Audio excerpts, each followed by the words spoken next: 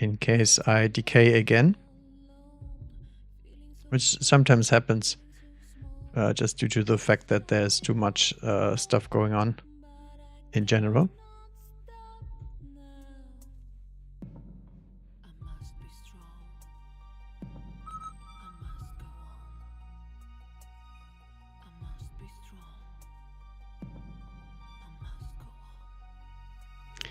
All right, first one to go.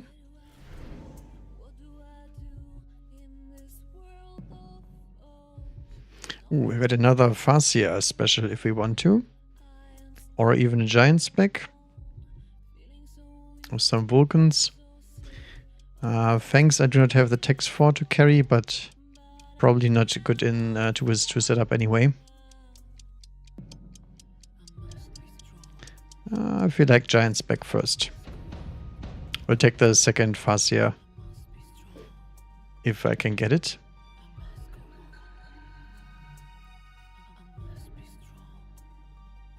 Okay. So training spec with Stormcaller and Arclight. That's nice. So I guess we can sell out of the Tarantula then. That will give us a little bit of cash boost for later. But we do actually need the cash.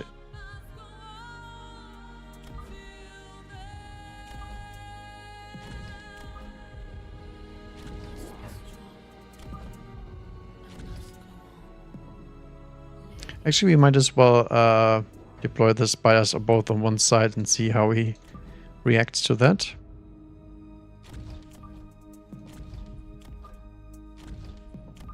Might as well.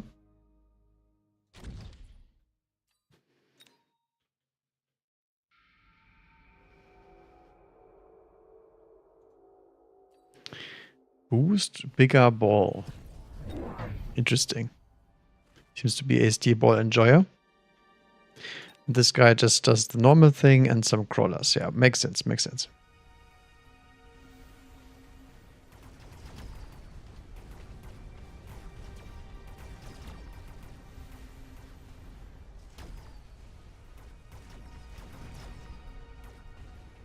Hello, Yusuf. Welcome to the stream.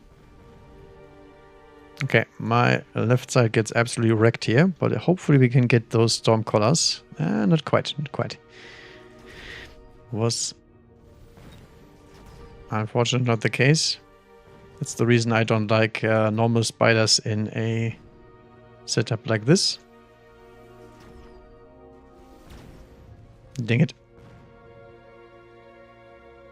Okay, there's a bunch of steel balls coming over here.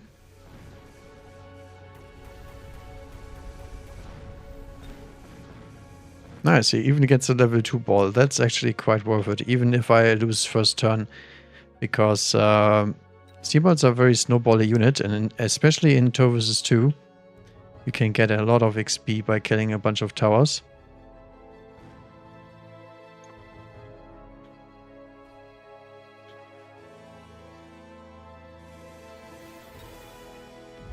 Alright, quite nice.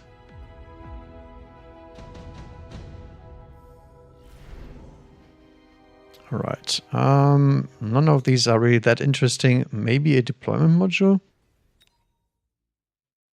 Just to troll around a little bit?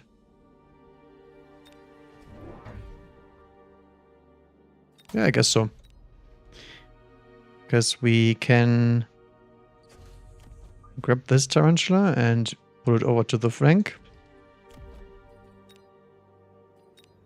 Unlock that Vulcan, and then the other one I will just sell out of. There we go. And probably one more crawler here. For later. And in the end, if we sell the spider, we can still get the deployment module back.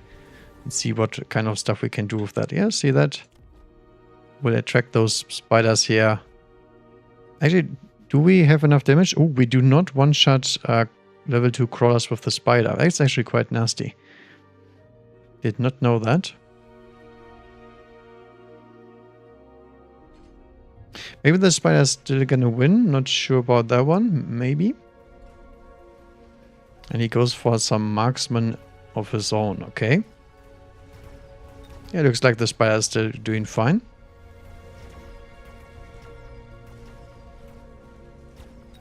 Come on, marksman. Nah, he can't quite do it. That's fine though. The Arclight is one shot away from dying to a marksman, so that's fine. And the marksman have enough space to the Vulcan to not get one shot by the Stormcaller.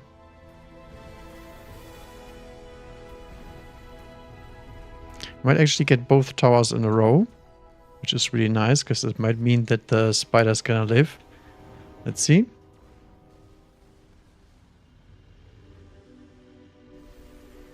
I would also like to snap this Arclight here, because I need the XP on the marksman. Yep, that marksman needs one more for level up. There we go.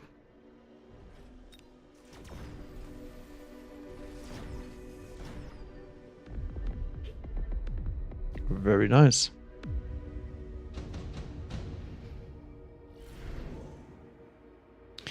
Ooh, instant melting point drop. That's unfortunate for us, but that's okay.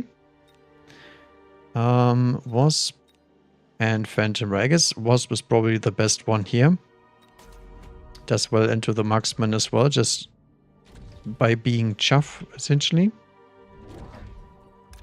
We sell out of the spider. Get a second Vulcan in here.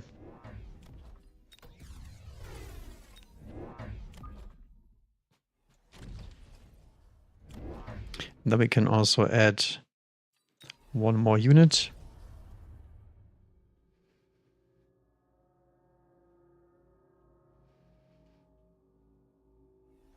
I think I will still add another crawler. Can't really make it split, so maybe a good idea to put it somewhere here. I think I will keep it in the middle for now, and then we see what else we need. Also gonna unlock worms, and just in case. It takes the wasp as well. That makes sense. Probably the best drop of all of them anyway.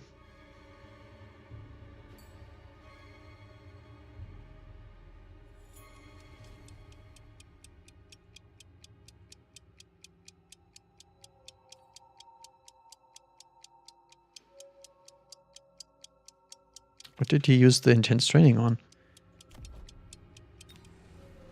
I think so far nothing. Oh, little bug going on here. What the hell? Okay. So we need something to distract the Stormcaller, because level 2 Stormcallers really, really hurt giants. So gotta take care of that one.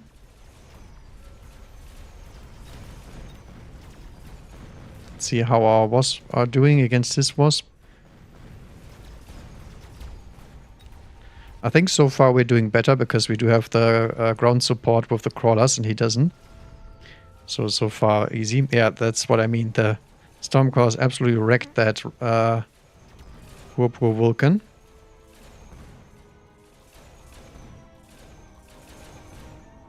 But since we do win everything else, we might as well drop a single interceptor. Ooh, extended range Vulcan. Probably not worth taking here, I will assume. Because we still need a bunch of deploys here. Could go for an upgrade on the Wasp here.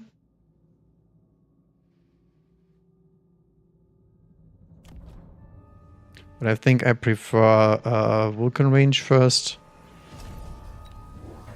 So we get to clear those units a little bit faster. And then we just go double marksman with range.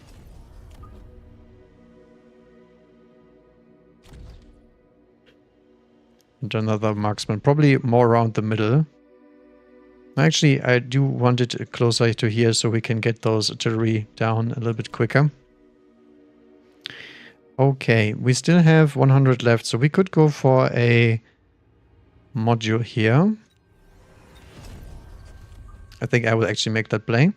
So we grab the crawler from here. And then beacon it sideways. So we can delay some of those. And that's it. Okay, he keeps the Wasp and he also takes Mustangs. Now that's nice, because the Mustangs are absolutely useless into Vulcan. But he also has a Fortress now with anti-air. Improved Fortress, actually. So we can sell out of the Wasp now and get some melting points. Because normal Marksman Fire is not very good into Fortress. I do not run Rapid Fire on the Marksman here, so we have to get a different solution to the Wasp out. Which is gonna be a little bit problematic. At least for this turn, not in general. Looks like we're getting a good tower debuff here with the tower falling on the right side. Come on. Nice.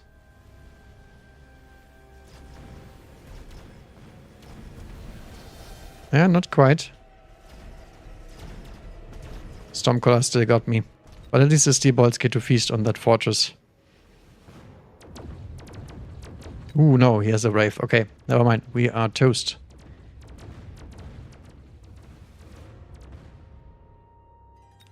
But yeah, that's fine. We already... wow, that was close, actually. We are already taking something against the fortress anyway. Iron Blast is pretty good. Deployment slot is also very good, although it's round 5. But he still doesn't really have the best chaff clear, so I think deployment slot is actually really valuable here. Just that the smoke bomb is also very nice. I think I'd rather have the smoke bomb.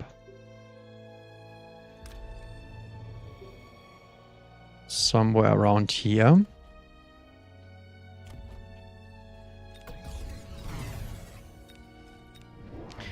Churn out a melting point. Sell the Wasp on the same side as the Mustangs over here. Actually, that was a mistake. Let me redo that. Because this Wasp will fly into Fortress anti-air, and that's even less of a value.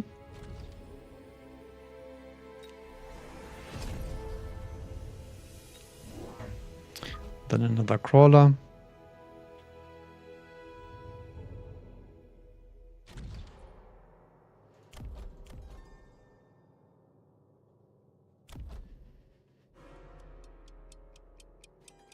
Don't really need oil, to be honest. I guess we can invest into one shield just in case he does smoke me. He smokes the wrong side. Okay, that's nice. Does he react to the crawler at all? He does not. Okay, so I guess we can continue using this one and beacon it side to side. That's a big fortress right there. But yeah, we are on the melting point train anyway. And his chaff clear is still worse than mine. So I think that's actually just fine with us. And we also do have EMP on the marksman if we really wanted. But yeah, the Wasp being alive here is not really good for us. Ooh, there's a bunch of Wasp coming over from the other side. That's actually quite bad for us because we don't have any solution to that problem. Melta doesn't really cut it. Oh yeah, his... I guess our ally does not have any anti-air. Otherwise I couldn't explain. He does have it. He has Wasp. Okay, Wasp without range doesn't beat Wraith. That's the issue. Okay. Could go for Farseer here. Raiden, not really that useful here in this situation. So I guess Farseer or sell. But I think we will sell the Wasp instead.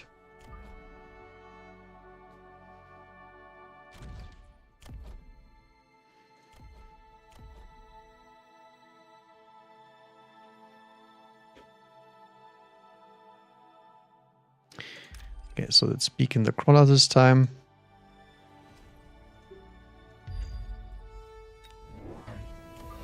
One more melting point. do we deploy against the Wasp other than the Farseer? Anything else?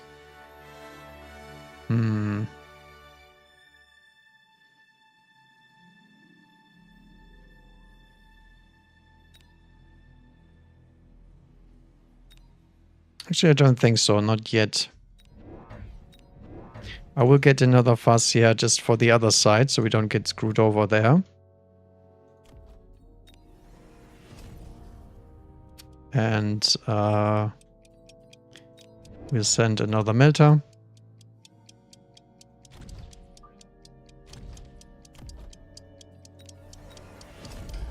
One more shield in case he tries to oil me. No oilage. He goes for Void Eyes without any upgrades. That's actually quite kind of nice. Bunch of units are escaping to the side. Okay.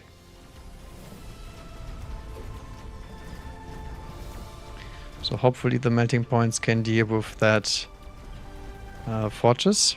This turn probably not because of the decreased range with that smoke bomb. That's hurting me quite badly here.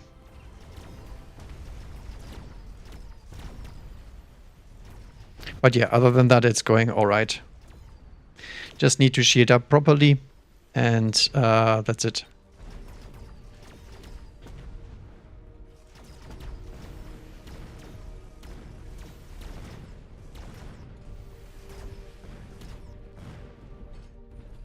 Nice. And a little Farseer kill for free. Oh, actually, there's a bunch of stuff coming, but it's not really the scary stuff, so... Ranged Fangs, of all things. Unholy, okay. Might actually kill a marksman, and they do. Interesting.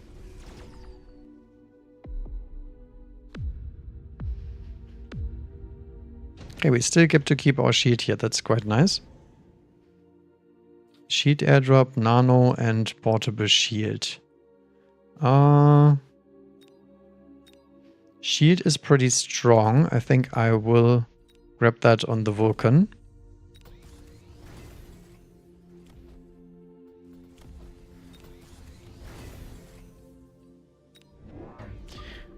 One more melting point.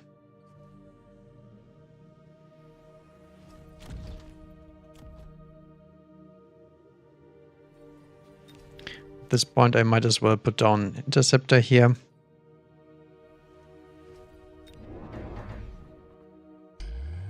Do the shields again, as I said.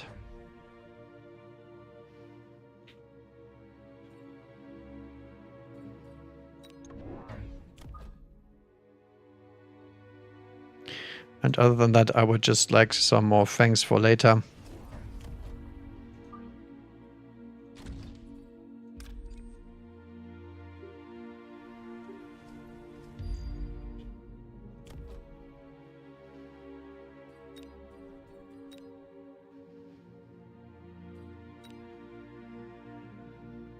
Might actually drop a late missile here.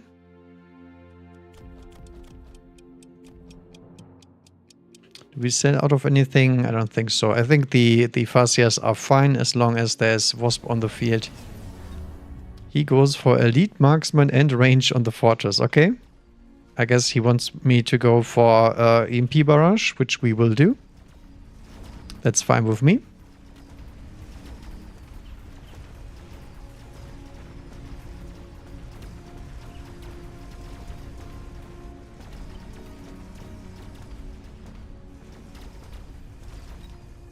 Does have EMP armor on the Void Eyes. Interesting. That's something I should go for, right? The fortress shoots the Void Eye and then immediately gets disabled. This sounds pretty fun. But yeah, big fortress does not get beaten by big melter. So only it does actually hit the anti-air and range combo this time, so it means the Wasp will counter the entire air fleet there. GG's. Oh, we're actually 1500 on this account. I didn't even know that. So not that as low as I thought. Nice. That's good because I don't really have that much time. Okay, never mind. Now we are back in the dumpster. I mean, it's a Friday queue. Sometimes the 2 vs 2 queue works very well, and sometimes you get very random matchups. But that's okay. That's how I like it anyway. Because in 1v1 it sometimes gets a little bit stale. This one you can do whatever you like. Okay. We have Typhoon's back. We have Fire Badger's back again. I really like Fire Badger's back. Maybe I should try that one again. Because the rest is really meh. Not that good. I think Fire Badger's back is actually the correct one. We see what the cards say. If the cards say we carry, we do, and if not, we don't.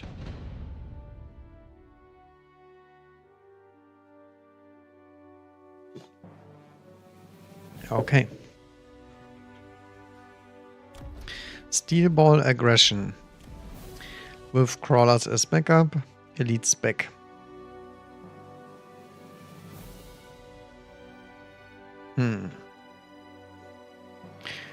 Okay. I think we assume it is aggro.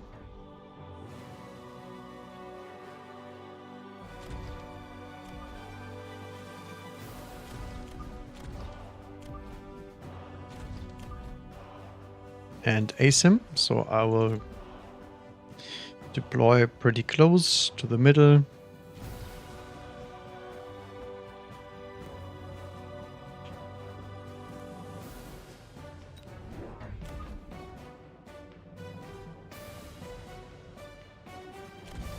This one will split anyway, so that's nice. And I guess one Fang.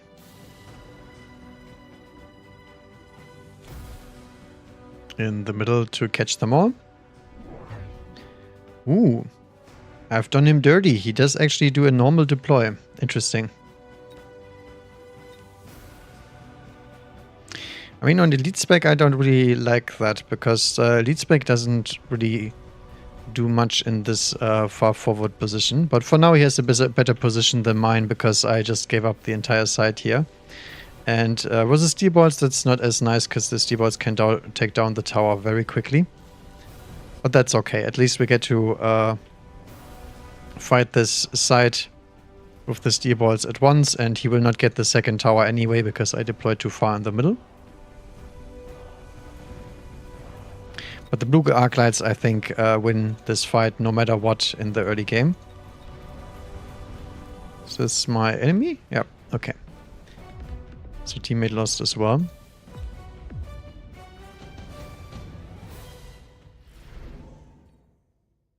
Elite Hacker. Interesting. Not this turn, I would say. So we skip on that one.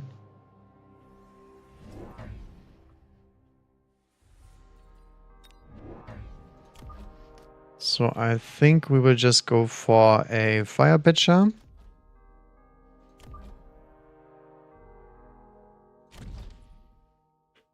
In the middle.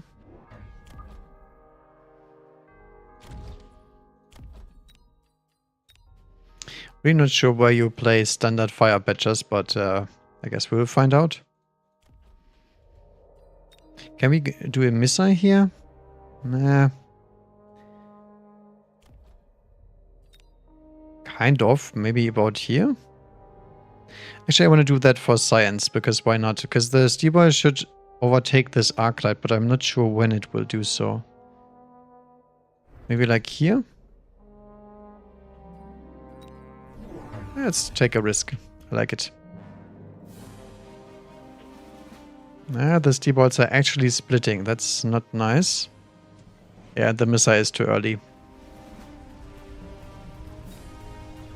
Okay, it was for science anyway. Look at that one crawler, by the way. Making his way over. Did we protect the tower this way? We did, okay. So now the Fire Badgers can actually take out those steel balls because they will annihilate the chaff in between. But we are still lacking a lot of DPS here. Just because blue Arclights are very, very strong. Oh, almost got him. Okay, over here there's a bunch of trolling happening, so let's not look over there. Ooh, improved Sabertooth. Actually, with secondary armament, I could take it. Do we want to? That's the question. Because it doesn't really improve our range very much, and we can't get improved and extended range Sabertooth in one game. I would like to play it though. Dang it. Yeah, sure, let's do it. Let us do it. How much is the secondary armament? Is 200. Okay, so we can't even afford 2 of them this turn.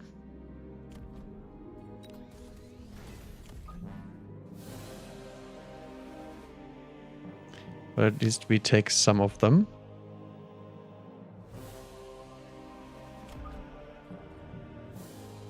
How much damage does he have? 7.8.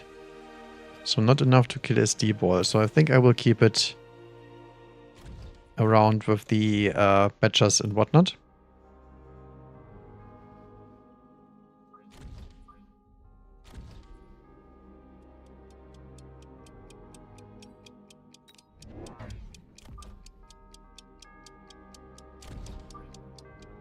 Let's keep it around this one. This looks super janky so far. Very interested how that works. Oh, does he also? Oh, he also has improved saber teeth. Oh no. That's gonna be very interesting for sure.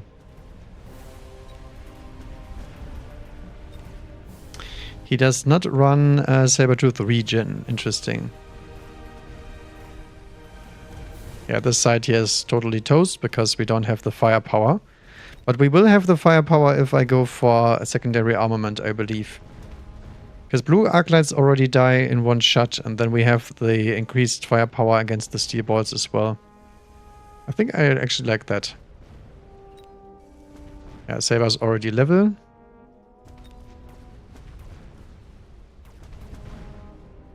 Yeah, but we can't deal with a level 2 Sabertooth this turn. Actually, let's hope... Oh no, my teammate actually won. That's bad. Because he will level this Sabertooth one more level. Dang it.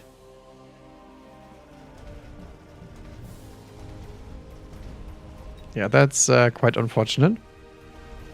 To say the least.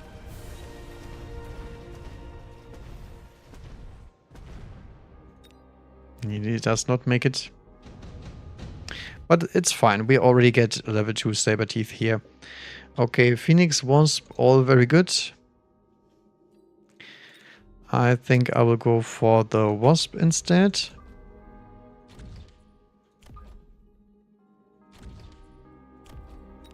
Upgrade the Saber. Get another Saber out.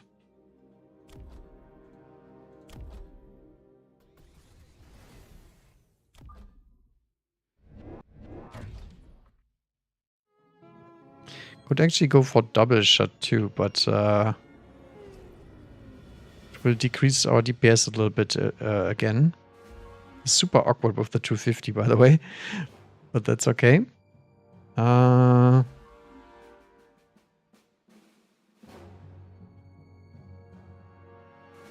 Could try to drag away the steel balls. He does have deployment module too.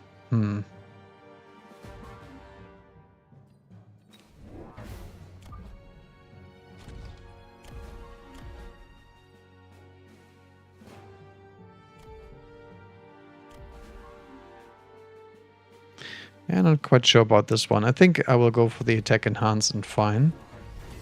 He goes for scorpions. Okay, so he auto loses the turn because of the wasp. That's actually quite nice.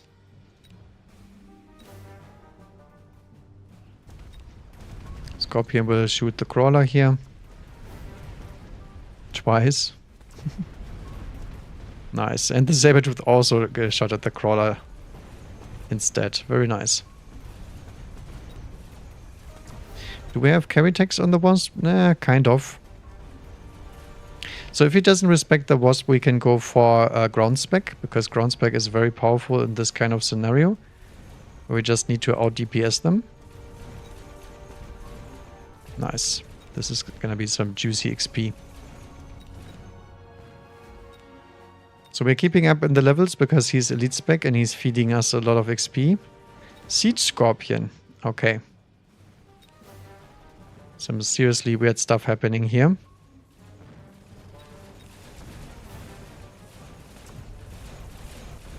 But we will win out because Siege Scorpion is absolutely terrible. Especially in this kind of situation. Okay, Wasp did a very good job here. Sub-Marksman and Nano Repair and Rhino Assault. I think Nano Repair is probably the correct one. I also go for range. Range the Badgers.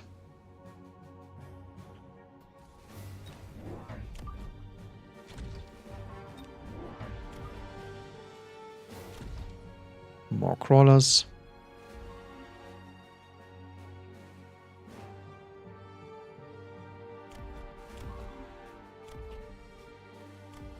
Do we upgrade the Wasp as well? I think so. I mean, if we sell out of them, we can do so next turn as well. And he goes for range as well. Okay. So far, it's a very copy-pasta game here. But he is in Mustangs now, and I am in Fire Badgers instead. So I need some levels on my Fire Badgers. I would like to have level 2 at least.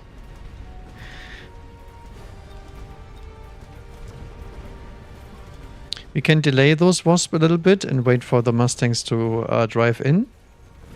But I really do like my decision to get more crawlers, because that's what you need against these Mustangs. Oh, we didn't one-shot him. That was so close, goddamn.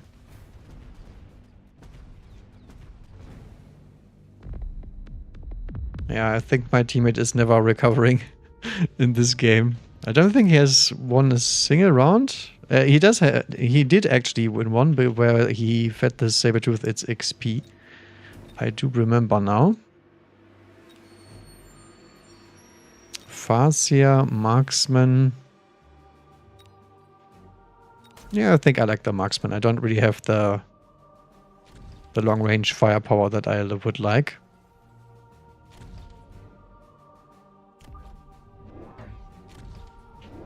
Okay, I think it's safe to sell out of the Wasp here.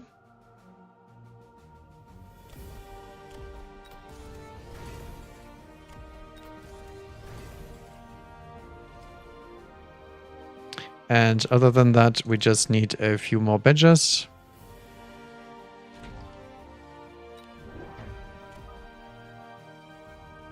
At our flanks.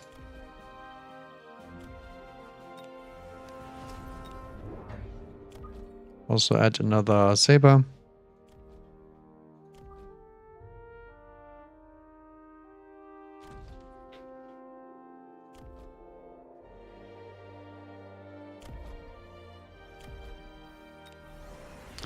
One attack.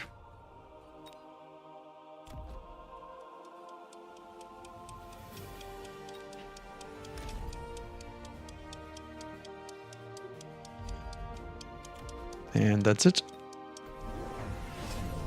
Goes for Scorpion range. Okay, that's quite unfortunate, because he's gonna kill my poor Sabertooth here. In 2 shots. But that's fine, because we can fix this with one single unit. AKA a Fang.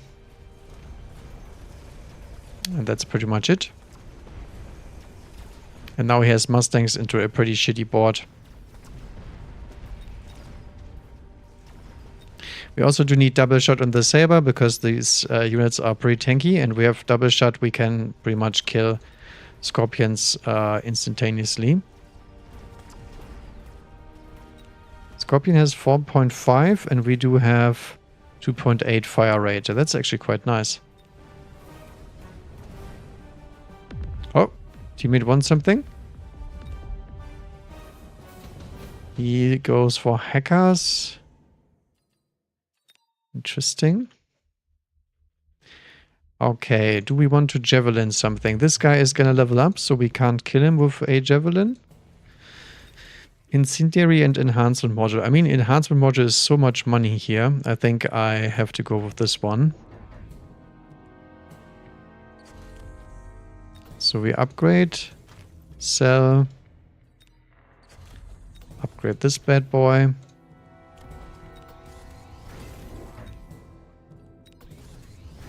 Upgrade the saber.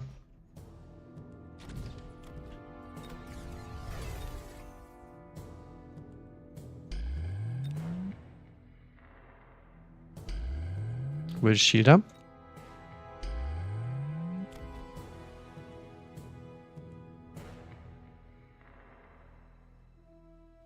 Could actually go for loose crawlers, but I mean, he already has Mustangs on the field, so I don't think it's too helpful to do so.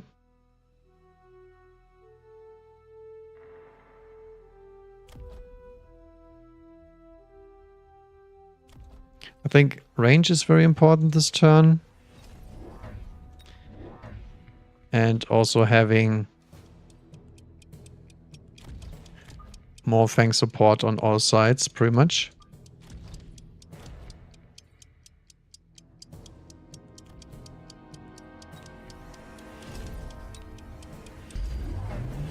Haha, there's the bomb. Okay. It will still burn some of my chaff, because it's not far forward enough.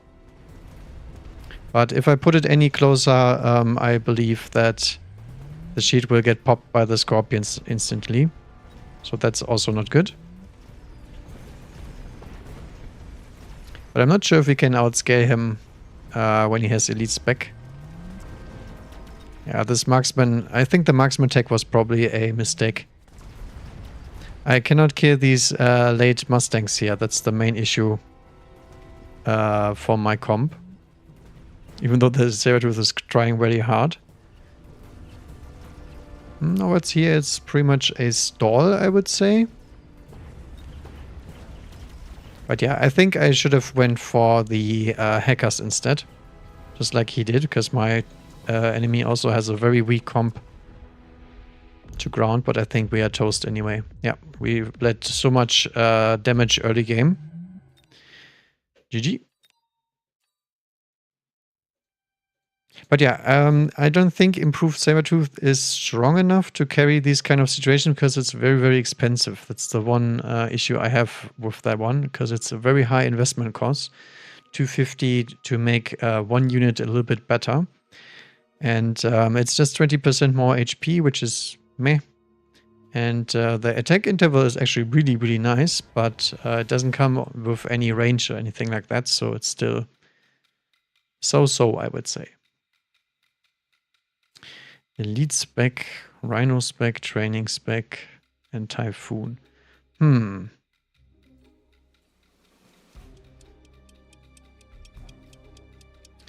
Nothing really that interesting.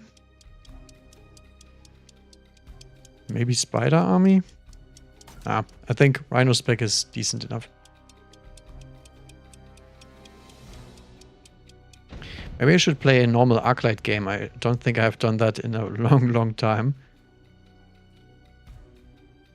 Missile spec. Okay, we have to be a little bit careful because he might actually get on my board end.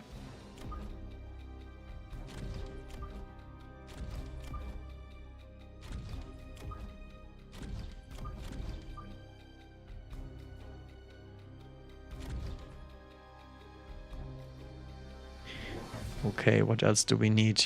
We could run Marksman here.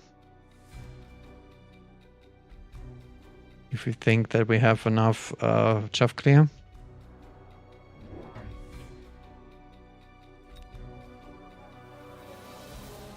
I think I'll just go with the normal Fang setup for now, because I don't have Stormcallers yet. He might be over here on this side. Teammate is going kind of asim, kind of not. He's against Steel Balls and Fangs. We already have very low HP just like last time. And my guy has very tanky saber teeth, as he is essentially got improved saber tooth kind of in terms of HP. But he does not like having saber teeth. Okay, so he's straight out of Selin. And this guy does some half-assed steel ball stuff. Okay. So we'll see what this guy wants to do. He has a plan. But for now, our setup is way better because we do have the Chaff clear, and the DPS on board already. We don't even need any new units.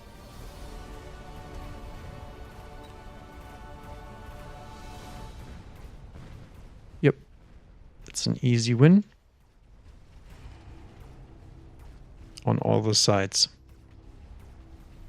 The reason our HP is that low is because I'm Rhino Spec, which is very high regarded, and he is Quick Supply, which is even higher. And then we also have Crawlers and Stormcallers, so, and Spiders. That's a lot of reasons for the game to consider us to have the better setup here. Well, do we go Marksman? I think Marksman is probably okay into all of this, so we'll take him. So this is the turn where the missile strikes come in, but he probably should missile strike over here. Not really expect him to missile strike me of all people.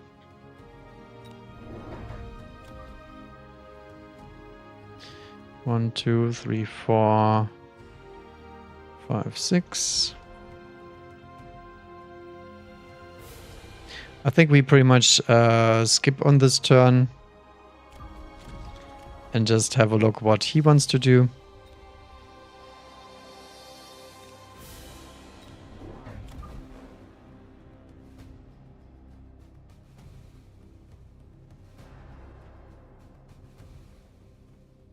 Can we do some splits here? Kind of not. We just do the classic tower split. I think that's fair enough. Although Marksman probably on this side, so he doesn't get one shot by that missile strike. See, there it is. I can see the feature, and I can also see that this guy has no interest on winning his own side. He's just trying to harass me. And his body is on the Wraith cheese train. Okay. So we have Phoenixes and Wraiths, which is nice because we already have the Marksman deployed. And we do have the Superior Chaff clear, which means they lose again. He does invest into his own Stormcallers because he got very sad that they lost last round, which makes sense. But even with the support from his teammate, this round is not looking really that hot. We couldn't get the second Stormcaller.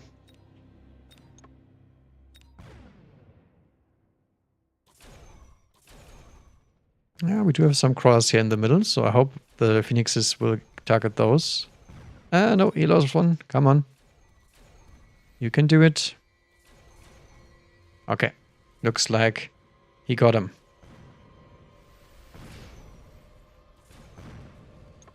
Because the Stormcaller are quite good against the Tarantulas in general, but I mean, the Phoenix... Oh, never mind. One crawler also was alive. There he is. The hero. The hero of the war. Ooh, intensive training. Very good with the Wraith he got over here. Also barrier. I think I will just take the intense training, to be fair. And then since we are already at it,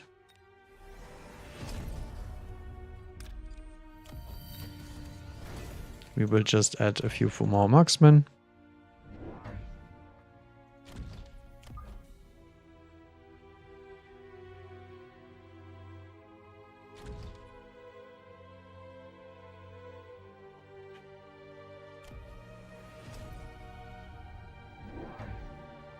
Okay, this is not looking great. I'm not sure why he needs so many fangs in that corner. Apparently he does.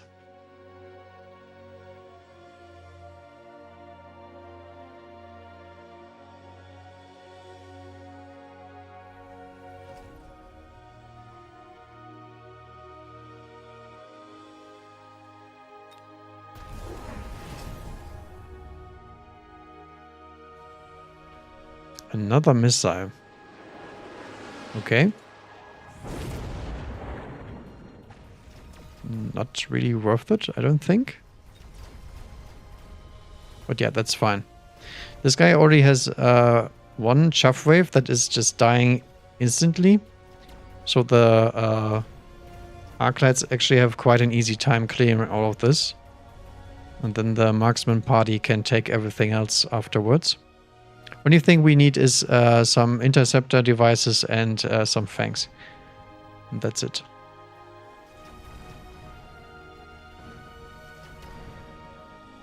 What's happening over here? Yeah, he's losing this side because he doesn't really have a clue how to play aggro on that side, but that's okay. So subbed Arclight for Mr. TWS and also for Boba Fett. Interesting. Not really sure why they need that. I guess they feel like it's necessary. Ooh, enhancement module and additional deployment. I mean, I don't have anything to enhance right now. So I guess additional deployment slot is always correct here. It is the best thing you can do.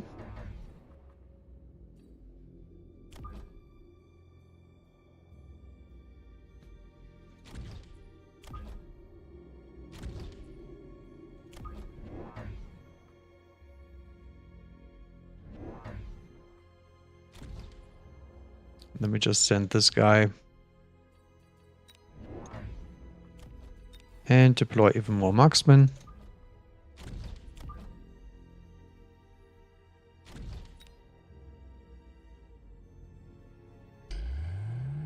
And since we are playing very, very far forward, I think I will also go for the shields. And somehow I did manage to misposition my marksman. Okay. So this guy is one further back than he should be. It's not such a big deal, it's just bad for my OCD, that's all. He goes for the enhancement module while having no enhancements. Okay. I disagree with that. Spider got enhanced. Still doesn't have any solution to this problem. Which means this side is still dead. Ah, there we go. Now he's fixing the things. See, he's listening to me. I like that. He is gonna make him a better player after all. That's nice. He still dies to everything fire related, but that's okay. That's his problem to figure out, not mine.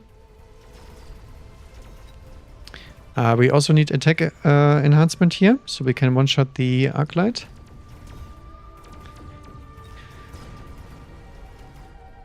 And Mr. Rhino has no answer on this board whatsoever. So next turn he's gonna bring something out to fight the Rhino.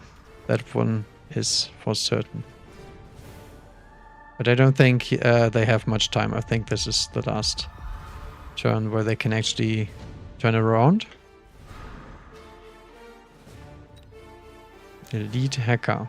We could redeploy the Rhino or my misplaced marksman for the OCD fix.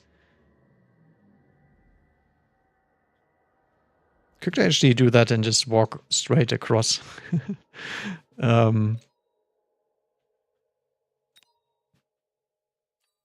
But yeah, we don't need to do that, so we're not doing it. Okay. And I think it's probably time for Arclight range here.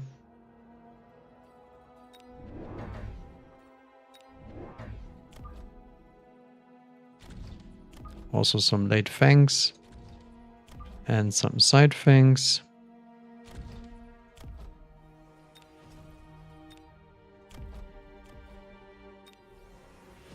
And even more fangs.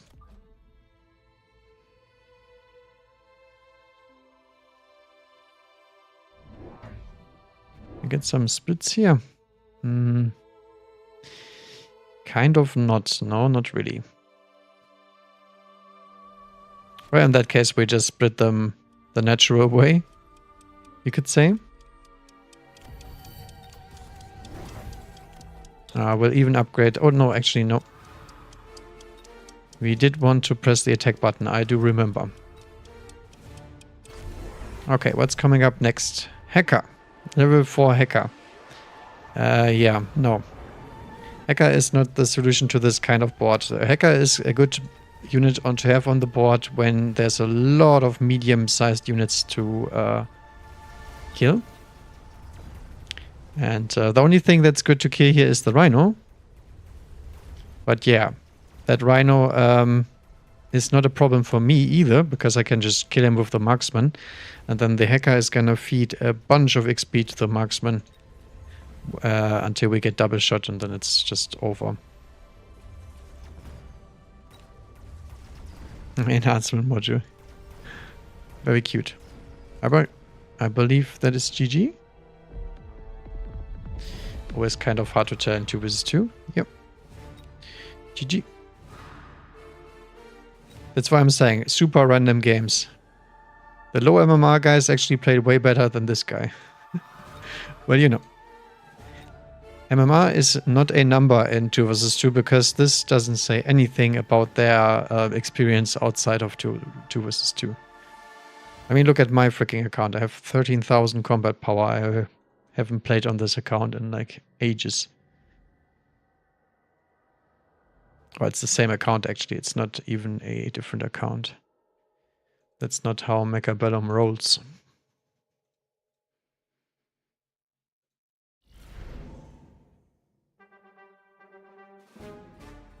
Okay, do we have something spicy? Not really, but we do have a supply spec, so we can do something spicy, maybe. Yeah, area spec is not really my cup of tea. And the rest looks pretty boring. So I think we go for supply and see if we can get something done. I would love to have extended range sledgies here. That would be very cool. Another missile strike, dude. Okay. 1,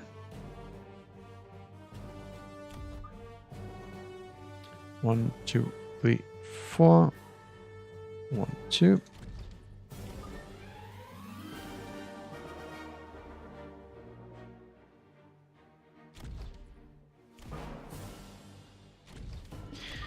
So we're going for standard deployment here. I don't think there's anything particularly interesting here that we need to fix. We're just waiting our time here. I would like to get some Stormcallers into that, but probably not this round.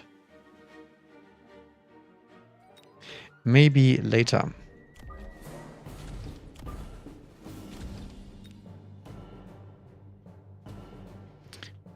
Okay. What's happening over here? There's Mustangs fortified, which is terrible. And 1 Sledgehammer, which is also terrible. Versus 4 Spiders.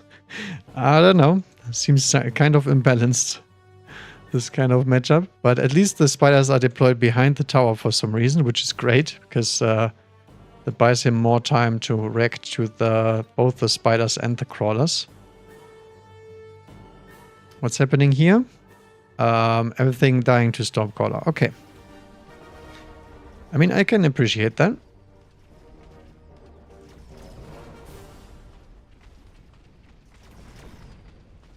So what we are lacking is a little bit of DPS and some chuff clear.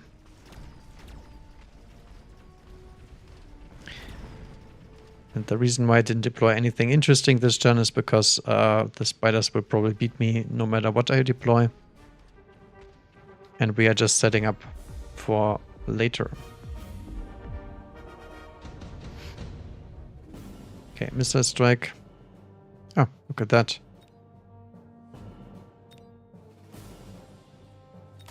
So Stormcaller time.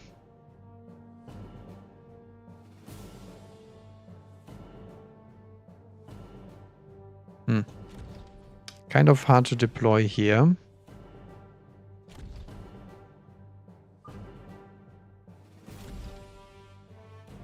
Maybe like so.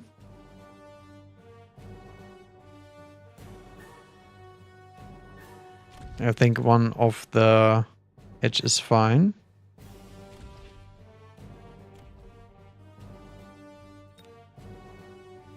Okay, what else do we need? We could go for marksman. But I think just another crawler is fine here. Split them up a little bit. And we could go for a shield.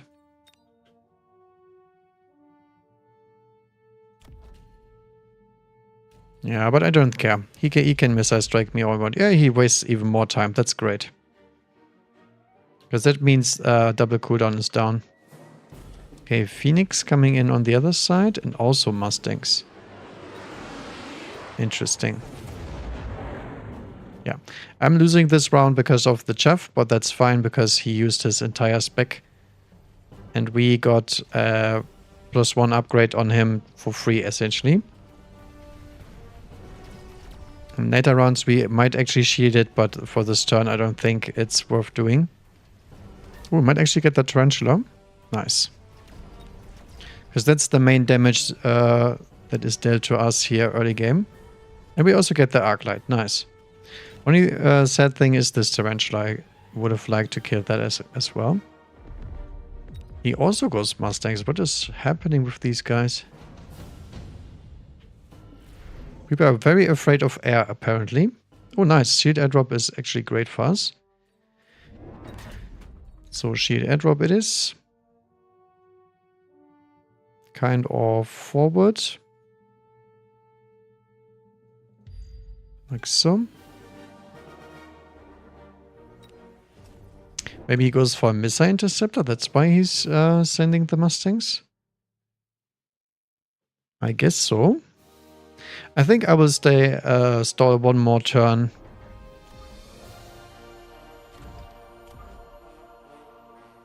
And then we are good to go.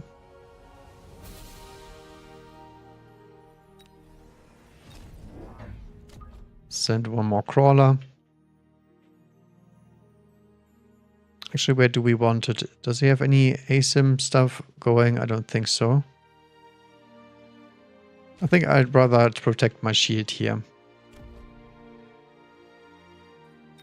And then we might go for a sneaky little missile here. Yeah, there we go. He does go interceptor. Okay, I thought maybe this turn or next turn. But it looks like he's going for the full marksman meme and interceptors.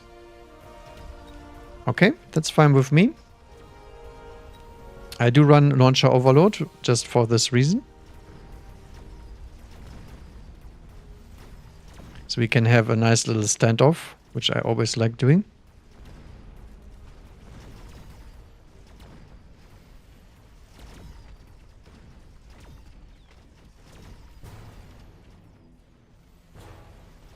As you can see here, he does have the advantage that I didn't know he had it last turn, but even then he's already losing the game. Got very lucky with the Tarantula there. Holy smokes. Yeah, but we do win this round and we also keep the shield. Oh no, but we do lose against the Phoenixes for sure. Feels bad, man. I had no fangs left.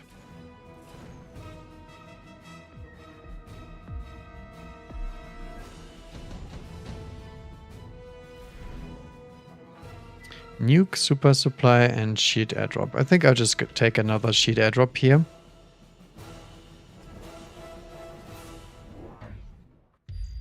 Kind of forward like this.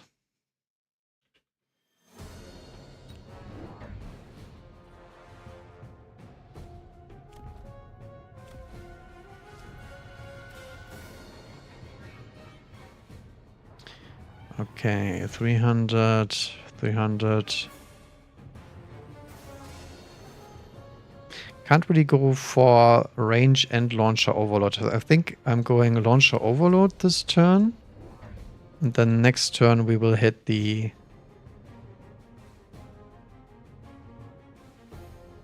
actual tech that we need.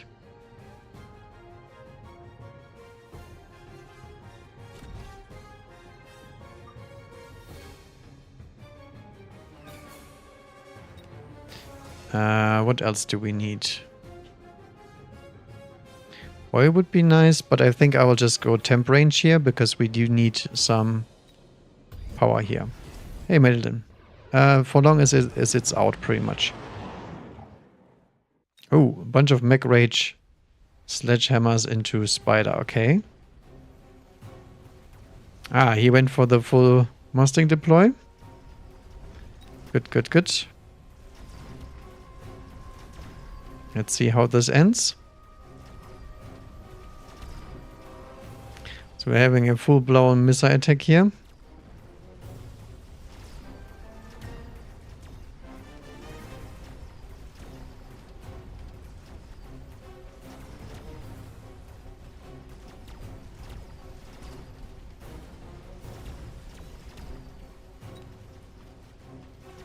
The sheet is not holding.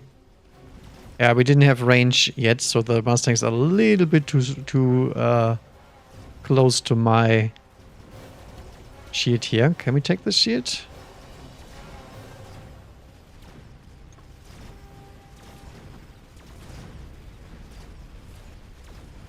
Whoa, teammate is here. Well, we stalled long enough. We actually have one Stormcaller left. The big staller fight. It's actually quite fun. Okay, Volcano. Very good unit to have, which is what we were waiting for, in fact. Now, the only downside is I probably have to shield a bunch here.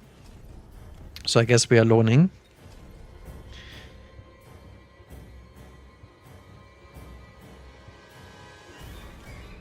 Can't afford range now.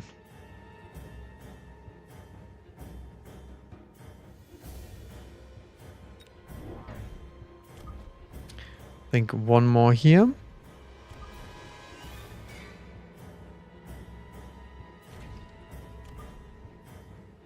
And then the Vulcans to the side, because that's where the majority of those units is.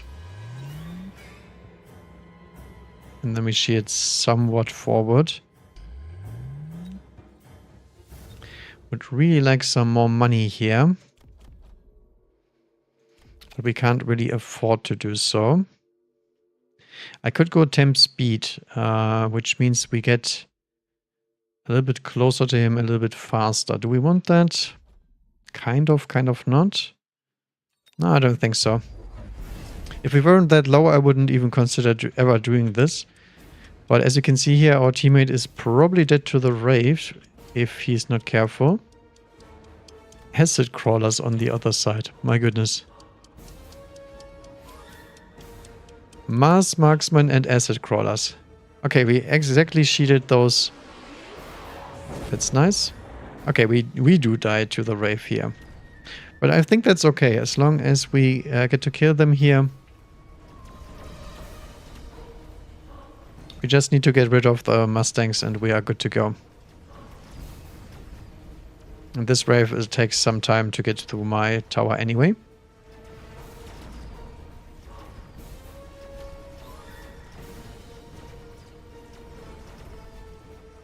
Okay, everything is dead except the middle.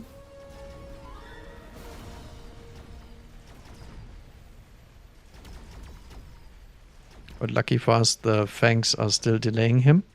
So I think we get a full board wipe here. Nice, the Overlord did survive, because the Overlord is the one thing that the Wraith really can't deal with. We might actually even keep our Vulcan, if we're lucky. Close. Yeah, we do. Nice. That's plus 350 damage.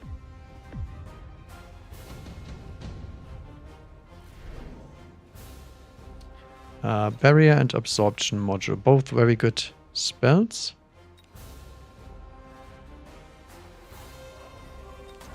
I think I will grab the Barrier here.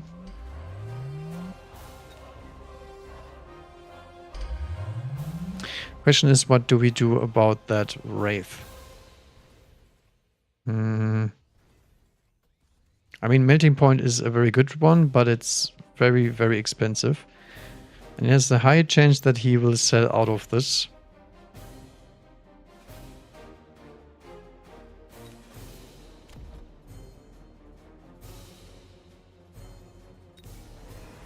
I think we just ignore it for now.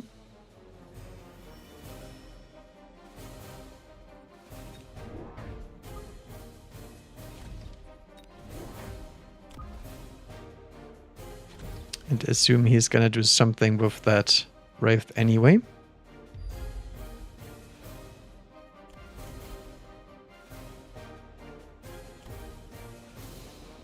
Still has 5 Mustangs, so I think we are still okay with the Stormcallers. Not great, but okay.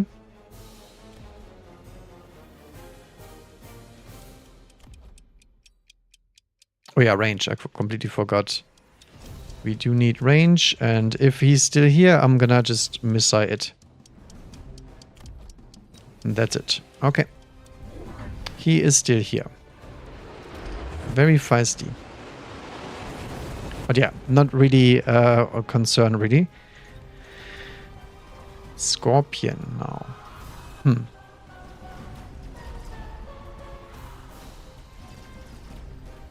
Should have maybe put the sheet on the other side.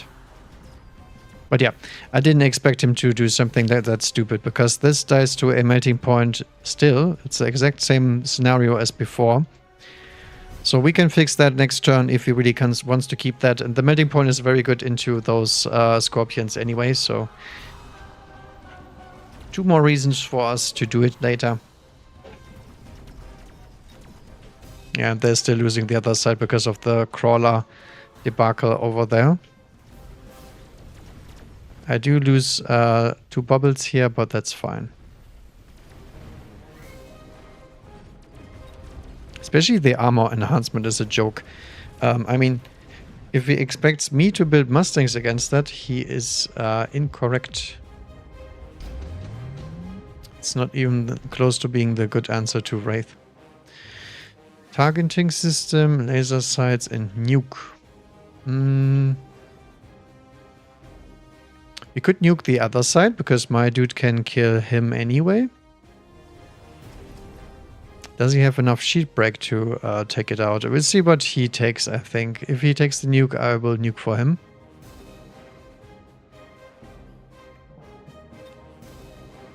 It's very expensive, though. Nah,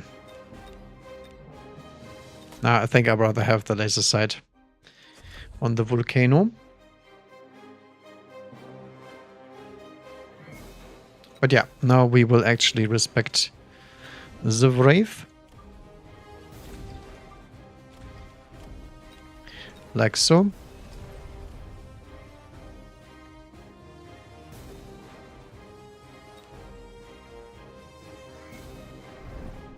One missile even, because I'm that generous.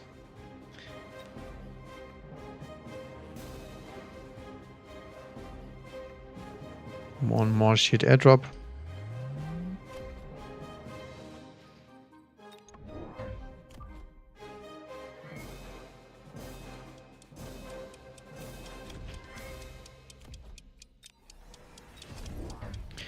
And one more Fang out in front.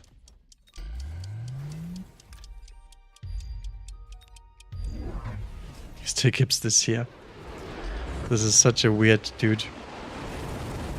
Yeah, nice. The front Fangs actually did something, because he goes for Siege Scorpion. These guys love Siege Scorpion, I have to say. I keep seeing this in Warhammer 2 vs 2 all the time. That's fine. If he thinks he can... He doesn't have HE Tarantula, so we can go for loose crawlers. Loose crawlers cannot be beaten by these Mustangs, because the Mustangs are firing at missiles the entire time. So shielded Fangs, loose crawlers, and that's it. Look at that, even the melting point is doing some tanking here, because Siege Scorpion is such a low damage unit in general. Okay, that's another GG, I think. Also loses to EMP, by the way.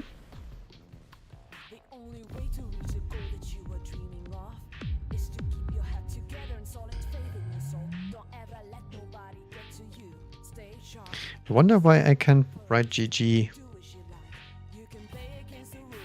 in that round. Okay.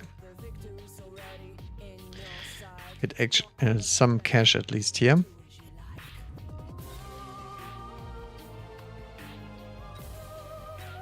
Do we have the... Oops. Do we have the blaze skin? Oh, we do not. Okay. Let's hope we can get that going, because I do like red fangs.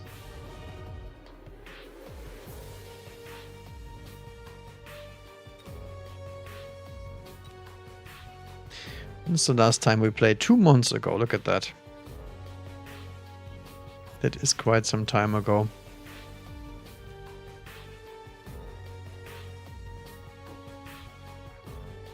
Looks like Strongheart is in the wrong game, but that's okay.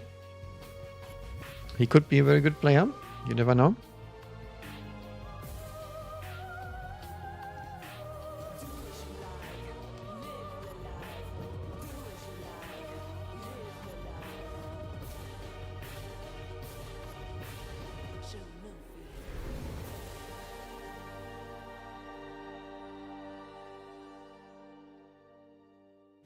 Okay, give me something spicy. Looks like a normal game again. Last time I streamed, I was very lucky. I got very fun stuff. I guess we go for marksman spec. Might as well. Training spec.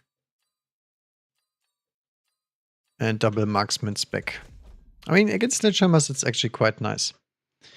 Okay.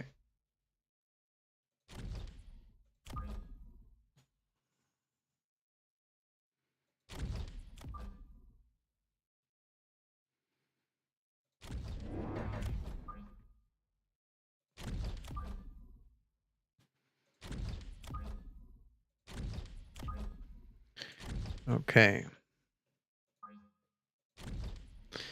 Standard deploy for now. Do we want more crawlers? Oh. No, I don't think so. I think we are good on crawlers for now. Against sledgehammers. He goes for a Arclight, so we will get some trouble early game, but other than that we should be good to go. Okay.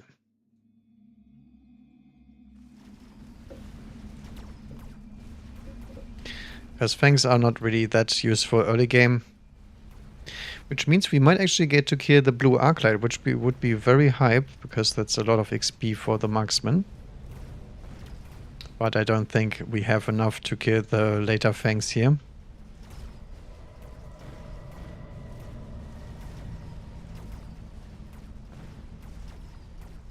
No, still 2 fangs remaining.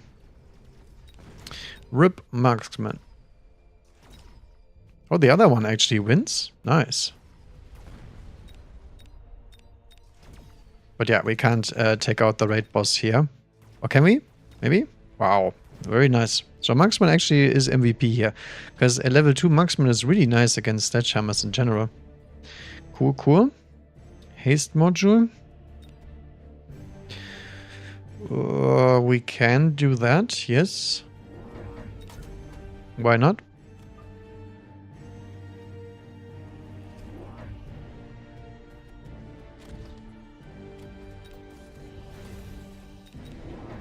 Can actually put that on a side marksman.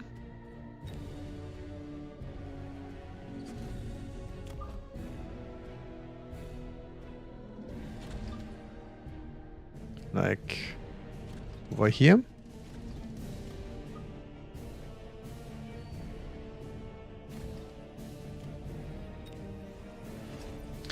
And then we will also add our own fangs, because we have to have them. And that's it. Oh, he goes for way more chuff, so we have to get some chuff clear the next 2 turns. But as always, I will try to wait for the unit drops if I can. Oh, he goes for Assault Vulcan, actually. Interesting. So 10 less range. I mean, I think it's a pretty good card. 10 range is not that much, and 40% HP is a bunch. However, I do not like the 3 movement speed. I don't want my Vulcans to move forward very quickly. It's usually not a good advantage. Especially late in the game. Okay, so we do get to farm the blue Arclight again. That's nice. Yep, that's a level 2. Good stuff, good stuff.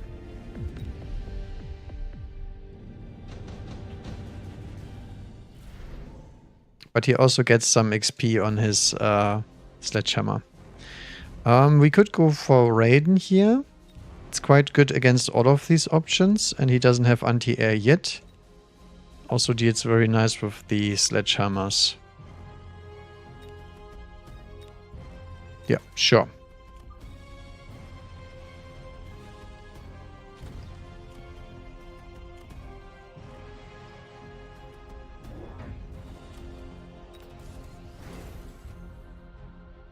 But yeah, no Chaff Clay units were dropped. So I'm thinking it's probably Stormcaller time at this point.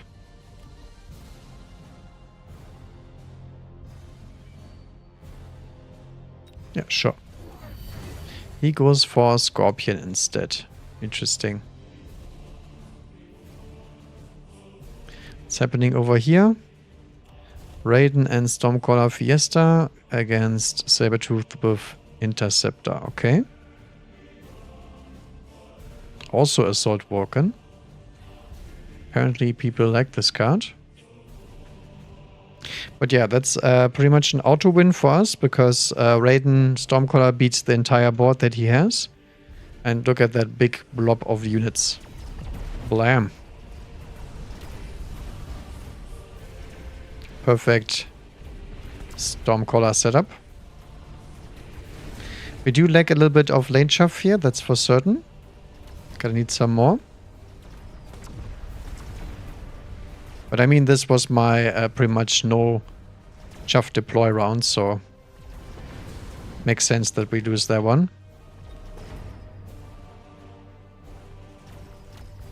Yeah, Scorpion is gonna get one more kill and then he is out and about. Almost have a level 2 Raiden too. There's some Phantom Rays coming. I'm not sure if I can take those.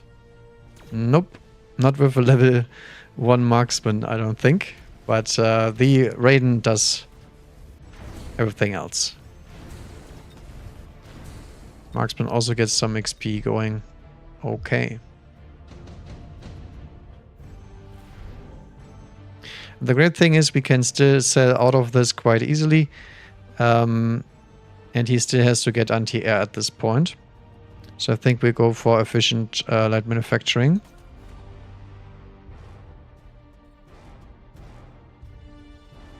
Because I do require a bunch of units now.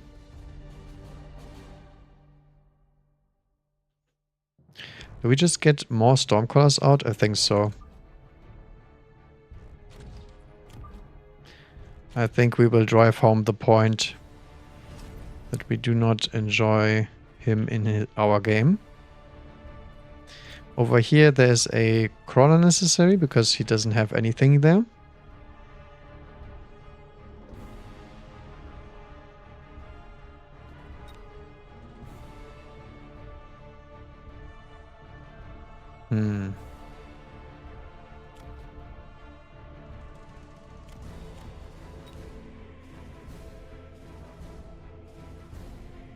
Actually do this one. For science? No, dang it, he does have the Mustangs. This happens all the time. I always hold back on the missiles and then I get Mustanged right after. Doesn't make any sense, by the way, to build Mustangs with Interceptor against a Raiden. But that's okay. Let's try and teach him. We're all waiting for the freaking Vulcan, but because they took Assault Vulcan, it cannot get dropped. which is actually not that nice for me. But yeah, it doesn't really make a difference, to be fair, if that hits or not. I was just trying to see if I can get the sledges, but the sledges are just a little bit faster than the fangs, not really that much. So I guess it makes sense that the missiles wouldn't hit anyway. But good thing we deployed some more Stormcallers, because we still get to outdamage them here. Maybe not the Scorpion? Actually, we do. Okay. Yeah, we do have the level 3 marksman, so... Yep, Raiden's still going strong. No chance at all. And now we do have a bunch of Stormcallers against his comp as well, which is really nice. Sniped.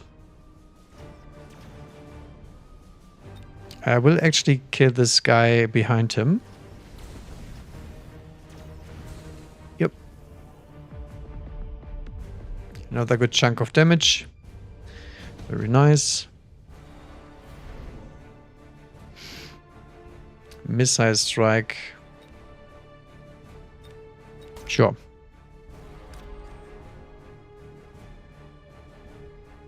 I mean, he is probably gonna shield that, but in case he's not, he will have some issues, to say the least.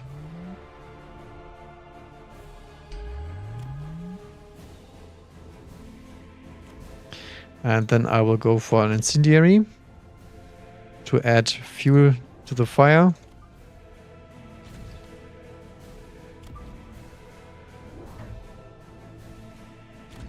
Actually, we can just deploy them in the middle, right?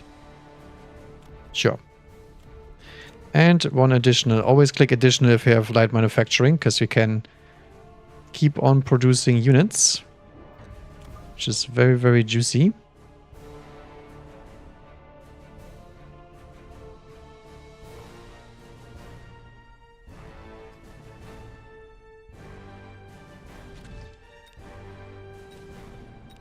More Mustangs? Sure.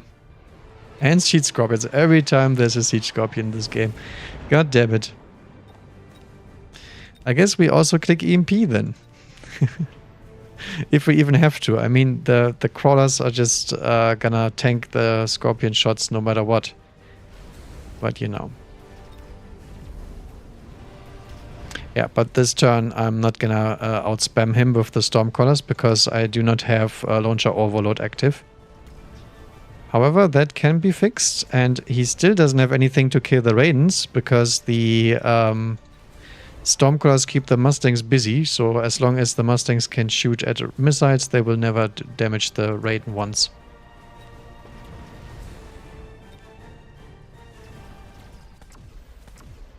I mean, at least he gets to keep his shield, right? That gotta be worth something.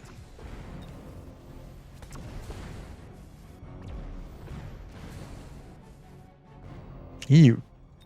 This is not good, because we do not have the necessary range to kill the marksman. Although they will get shut down with the shield by a little bit. Nah, no, not really. RIP. Nothing I can do about that.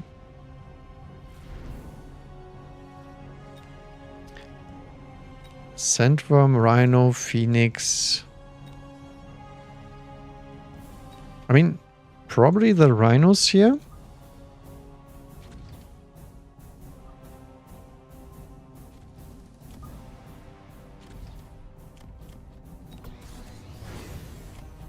All right. So now we're hitting Launcher Overload. More Stormcallers, because I have light manufacturing and we can spam as many as we'd like.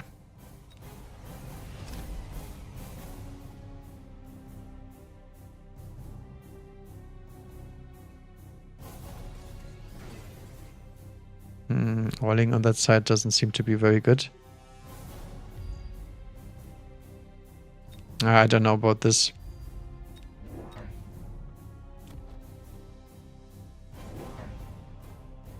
I think I'd rather have shields myself, or just more units, as always.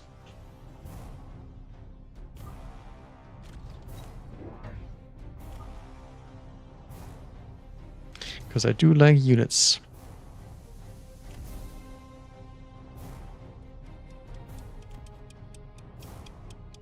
We'll go for the temp range this turn because we have negative range on our Stormcallers. With 135 range on the Stormcallers. This is so fun. Oh, now he gets a Phoenix with range because he's afraid of the Raiden again. That's funny. Okay, but now we do have fully operational Stormcallers. Actually, they're actually a little bit too far forward, so they keep driving into these units and get killed by the Siege Scorpion. I didn't even know that, because I never had that scenario happening to me that I need to care about Siege Scorpions. But yeah. But we're not doing for the memes, right? I guess he finally respected the Raiden. Rip. Ripperoni. Wow, do we die? Okay, not quite. Not quite. Okay, Javelin. Very good against Siege Scorpion. Additional slot, deployment slot also very strong, but I believe we need some tempo here. So I will actually attempt to finish him.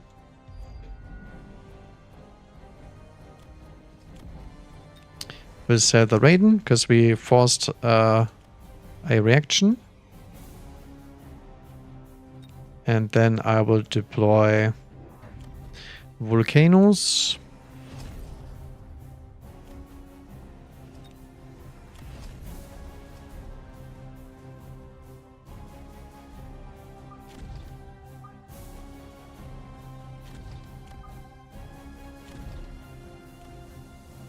And also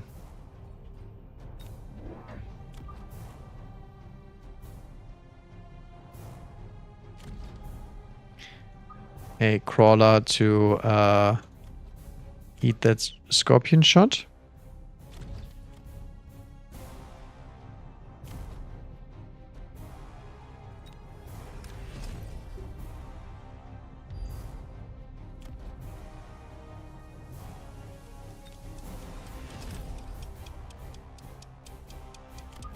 A little bit more forward.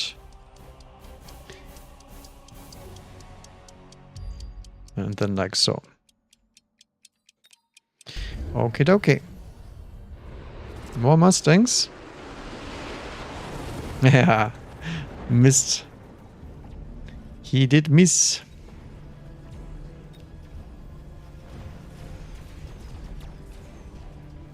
There's gonna be nice fireworks. Rockets everywhere.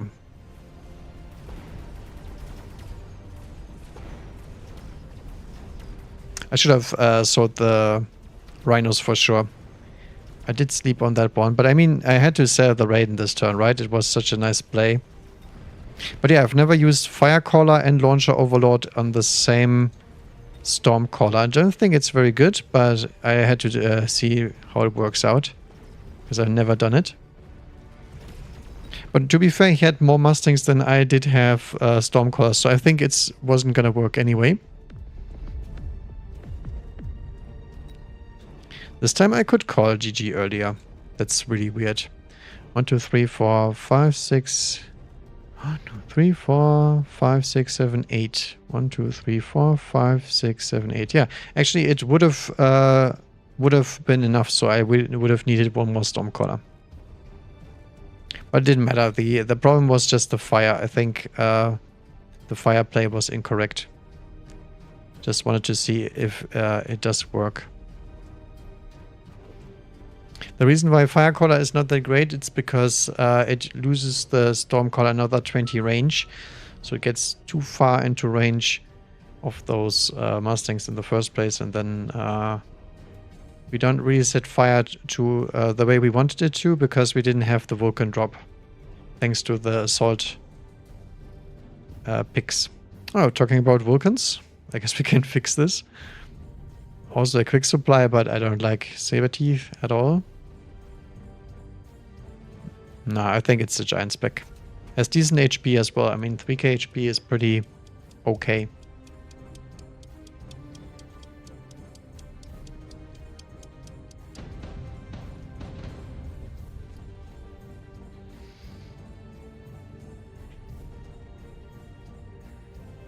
Cost control specialist. Okay. Very interesting. Not.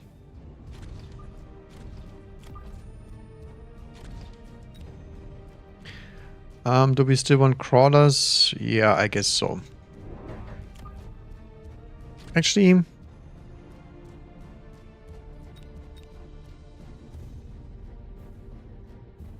yeah, sure. I don't think we can win turn 1 without any crawlers.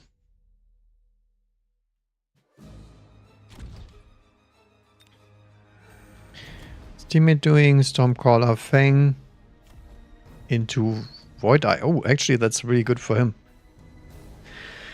Sabertooth Spesh and Giant Spec on the other side as well. Okay. That's nice for me because I get to unlock the Giants anyway. Don't care about him blocking any units.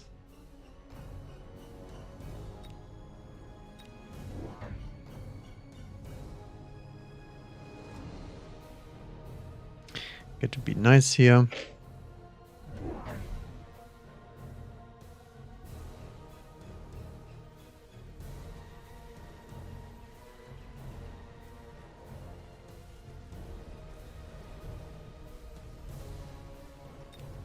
Okay. Actually, it's quite nice that he deploys those fangs so far forward. Because that means the Stormclaws will get value, even though they weren't supposed to. How do the fangs actually make it against the crawlers? Kind of. And the Sledge is attacking the tower. That's actually quite nice. I think this is as good as it gets, because we get to clean up the sledges here in the crossfire. Very cool, very cool. This is also cost control for you, by the way. The only reason sledges do lose against those Stormclaws is because he's cost control.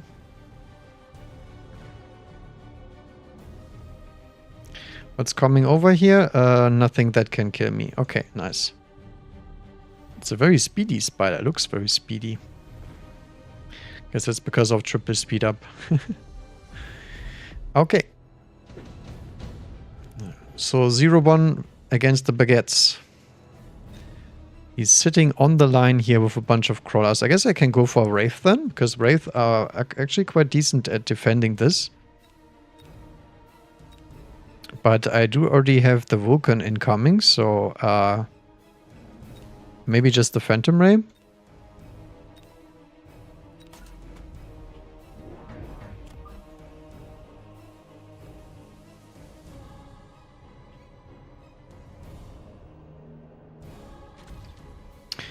Okay.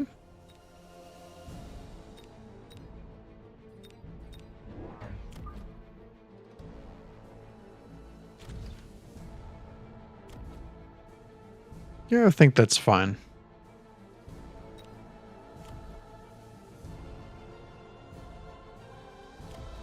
He goes for the Wraith. Makes sense. I just went for the Phantom Rays because they can kill the Wraith anyway. And they are very good with Vulcans in general. Because we get to oil bomb him out of this game. Ah yeah, he goes for the side cheese. That's fine with me. At least it's not a Wraith. I do not like dealing with Wraiths here. We will lose this tower, but we will also wreck his other side. Which means the Vulcan gets free XP. And the Fangs still stall the side for a bunch of time until he actually hits the tower. Yeah. Almost clean up the sledges here. That's the big upside when you have cost control. You get to fight at multiple fronts. The downside is if this Vulcan gets any levels, you're pretty much dead to the Vulcan alone because your units don't scale against him. Especially not Sledgehammers. Sledgehammers do not outscale Vulcans on cost control. Yep. That's quite a painful turn for them. I mean, it's only round 3 after all. Ooh. Intense Vulcan?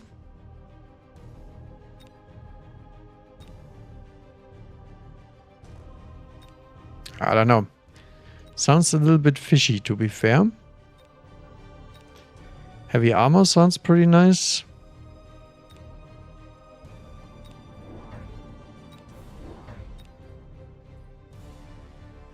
I think I will just take the heavy armor instead. Drop another volcano.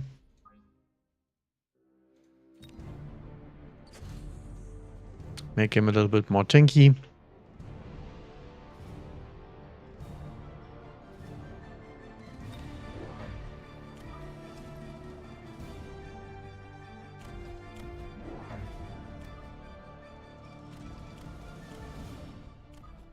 And I just want the Phantom Rays backwards and the Sledges forwards.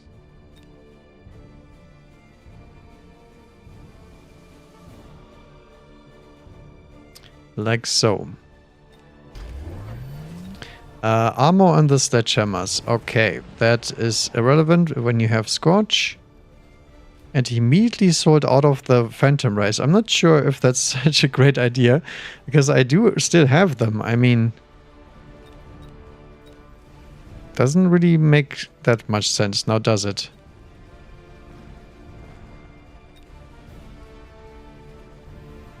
Yeah, dear.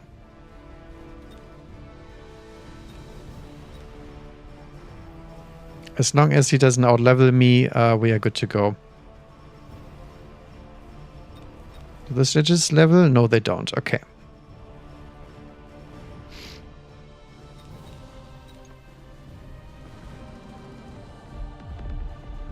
Holy moly, they're so freaking dead on round 3. My Gideons. Ooh, mobilize battleship. Can even cheese here. Yeah, advanced missile device. Also okay against the Sledges, to be fair. But we don't need it, because they get one shot anyway. Do we want the battleship? I think I'm just too greedy. I'm not going to take it. Instead, we will add Scorch.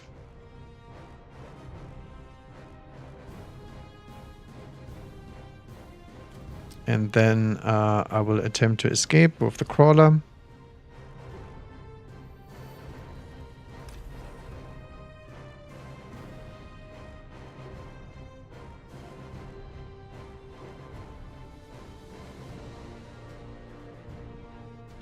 Somewhere here. This one gets oiled.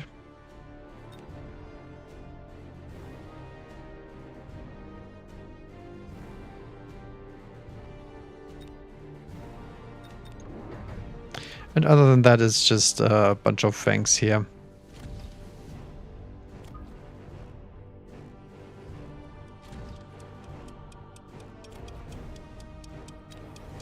Plus attack.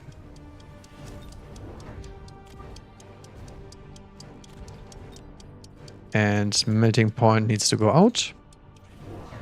Ooh, Raiden. Looks like he does not want me to have the Phantom Rays. I mean, that's absolutely fine with me, because he just wasted 200 and I can fix that problem next turn. Wasp on my ally side. Interesting. Might actually be able to kill the Raiden if I don't see it wrong here. The thing is, we can even beat the freaking Raidens with Ignite on the Fangs. Yeah, this is great tower debuff. Come on, Fangs, you can do it. Nah, they're not making it. Oh, actually, the Stormcaller might make it. Kill the tower. Oh, no. Okay, we did it. We did it.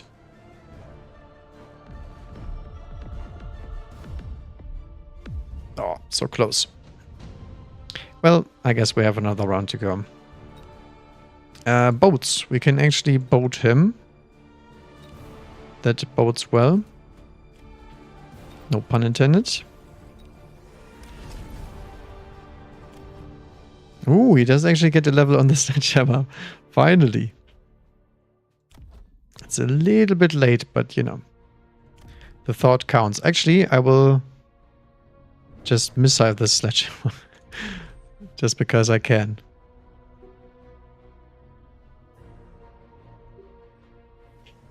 And this time I will go the other way around.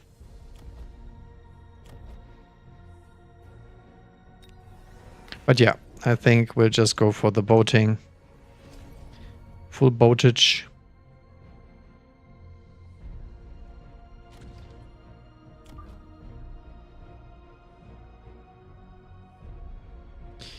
Can keep this on the outside a little bit more.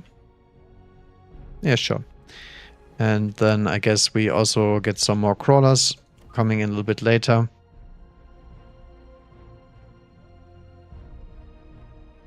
Cheeky little triple split. And then I guess we will also take a shield here.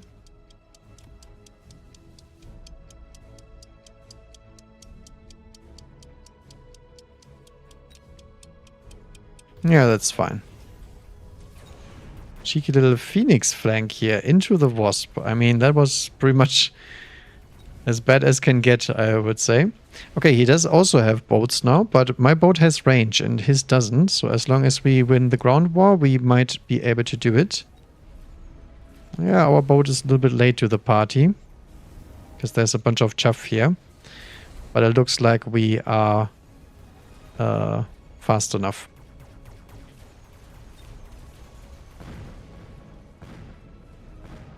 Could have also went for the +2 attack on the tower, because that means our boat gets the one shot.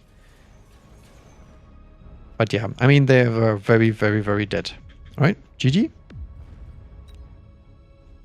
There was a bunch of money involved in this game. What the hell? Interesting.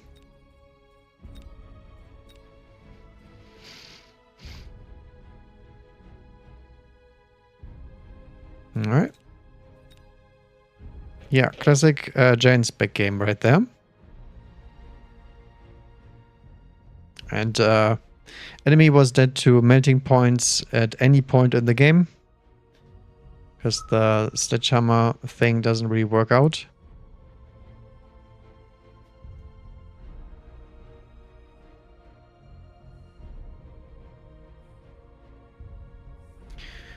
Let me check the streams real quick. Ooh. Very, very wonky.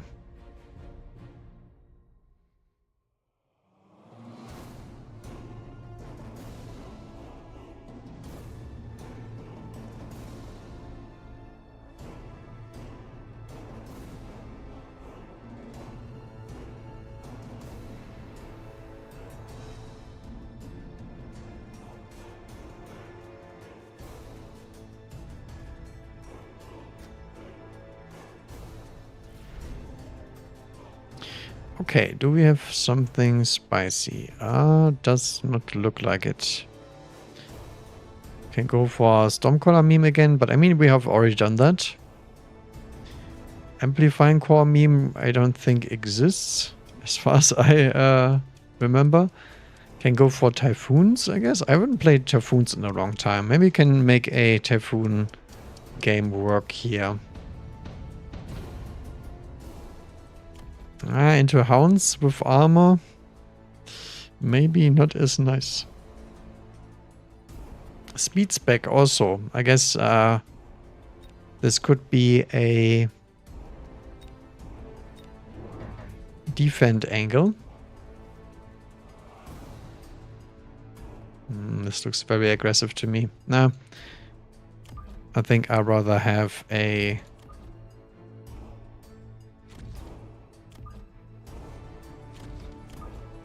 diff setup in case he is on the Hound train.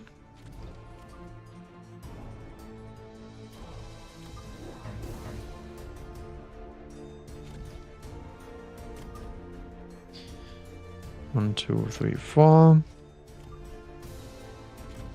Like so.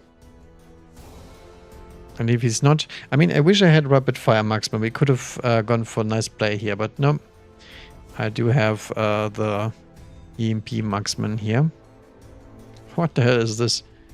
I guess I know why they have so much HP. Speed spec, Sabertooth, and Mustang Void Eye. I mean, against this stuff, it's not even bad. That's the worst part. What the hell? He's deploying in Narnia. Interesting. Also doesn't run range on the hounds. I guess I was not paying attention because that is a completely irrelevant setup for me. He does run assault mode marksman. Interesting. Nice. We get to kill the marksman before he actually gets to kill the tower. That's really, really enjoyable. We also distracted 2 hounds to the tower, which will take a long time to kill it. And the rest is on my army. Very nice. So we get to trade out against a few sledges as well. Good stuff. Yeah. I guess Void Eye army OP, but when you don't buy any chaff and only have mid-sized units. Oh no. We could actually redeploy this sledge into a better position, but I think I'd rather have underground threat.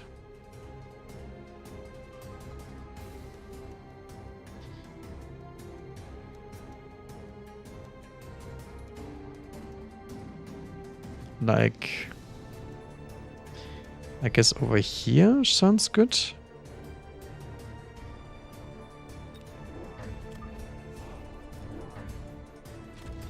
Then some more crawlers to stall here.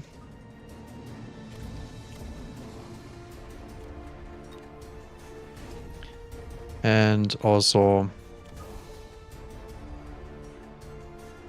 some crawlers for later.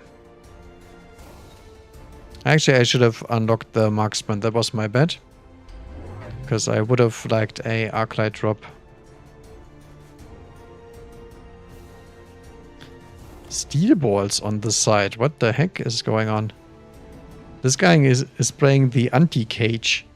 He's sitting like way outside everything and then attempts to fight.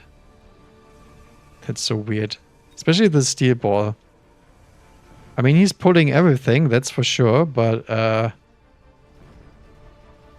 what now?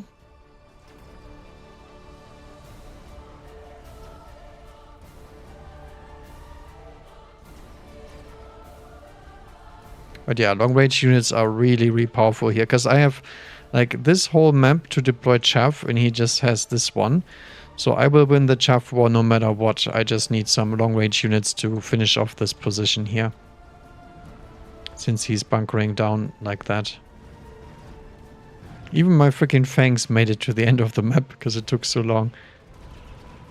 Oh no, bunch of void eyes. Pew pew pew.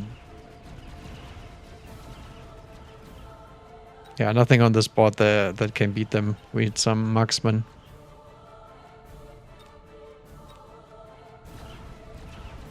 Yeah, my sledges actually do okay with them.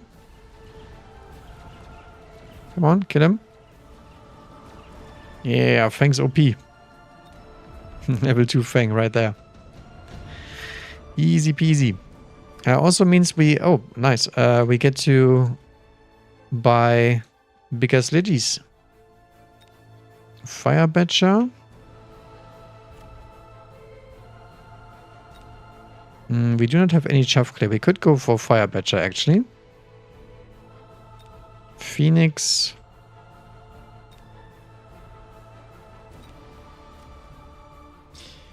We could attack the steel ball with the Fire Badger.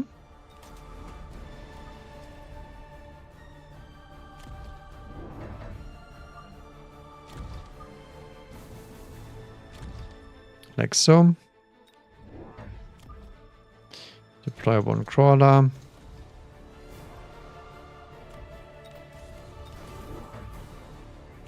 Get one Fire Badger over here.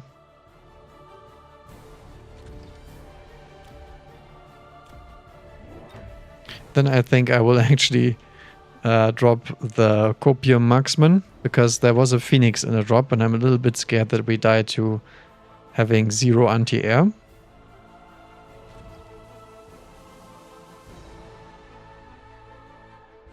And I would not like that. Yeah, he's playing for a tower secure strategy. The problem with this kind of strategy is always that you lose to melting points and whatnot. And you waste a bunch of money. Okay, the steel ball is out. He saw that was a terrible idea.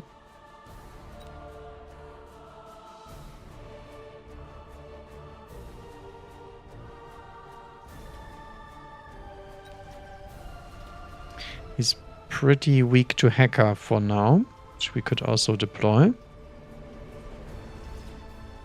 And the funny thing is, since we are so far back deploying his tower, it doesn't even get to tank because we're not even rushing him. The setup relies on the fact that we are trying to kill him, which we are not. We're just trying to trade. But yeah, we get wrecked here by Fire Badger because we do not have any DPS to speak of. We have one marksman working on these Fire Badgers here. Yeah.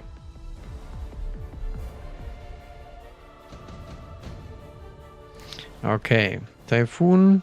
I think I will just sell.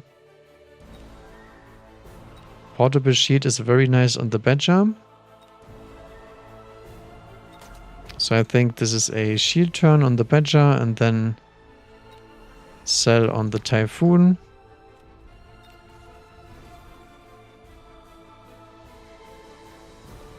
I think actually Hacker would be really nice here because he doesn't really have any chuff to speak of. And we do like killing Fire Badgers with Hackers. And the Hackers have lots of time to waddle across the map.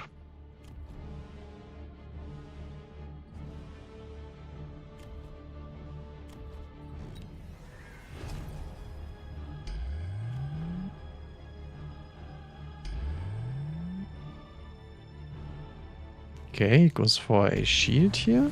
Oh, my guy has extended range war factory.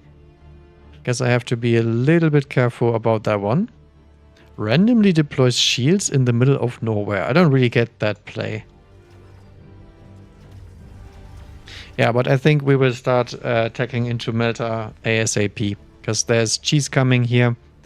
And Meltas are very good at shield breaking. Also deal with factories. And all that shenanigans that he has. Or he's trying to go for. But for now, this is just minus 100 on both sides. I like it. This is great news for us. Because the Fire Badger will still be able to tank with the shield. And his Fire Badger is my Fire Badger now.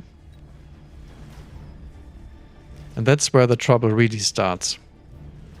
Because the Hacker is already level 2 this turn. I guess we get absolutely flanked out of the wazoo here. How did they not kill their shields here? Guess he did not cover his tower. Wasp drop is very strong here. So is bombardment.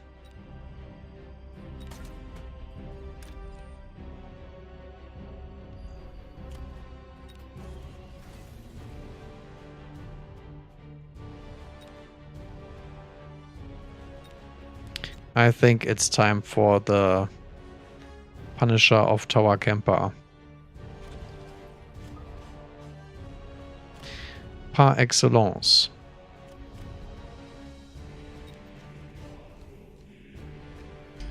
Can go for shields because I don't think he's gonna hit my board with anything else anytime soon. And then we go double Hacker here.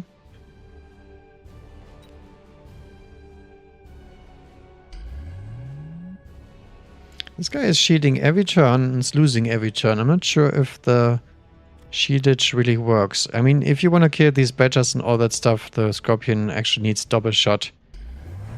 Because it's the only way you're getting through the shield and also through the Void Eyes and Saber and the shield on that Saber. Yeah, that's what I'm thinking about. Orbital.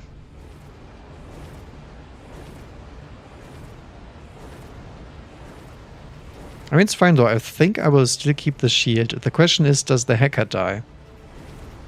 Yeah, it does. Okay. But it wasn't too bad, I think. Was still okay.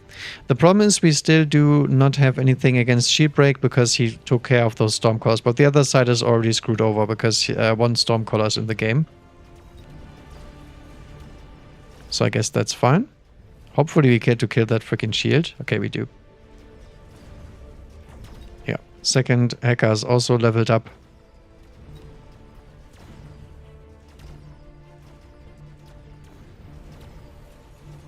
The funny thing is he doesn't even have the ability to kill his own fire badgers very quickly, which is why hacking them is really, really nice here. Level 4 badger is so strong though. That's gonna take him out. I don't think we can make a comeback in this game because my teammate has not managed to defend. And I'm way, way, way too far away from the enemy to actually get the towers. Farseer is okay, I guess. Phoenix, Vulcan, and Raiden. I think Raiden is probably the best one because it's very good into those kind of scenarios and he doesn't have anti-air on his marksman yet. Yeah, I think so.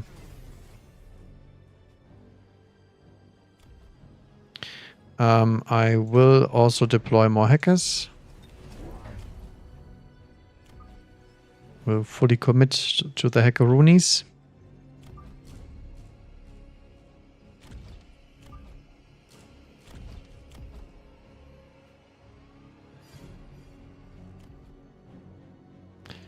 Range also in order.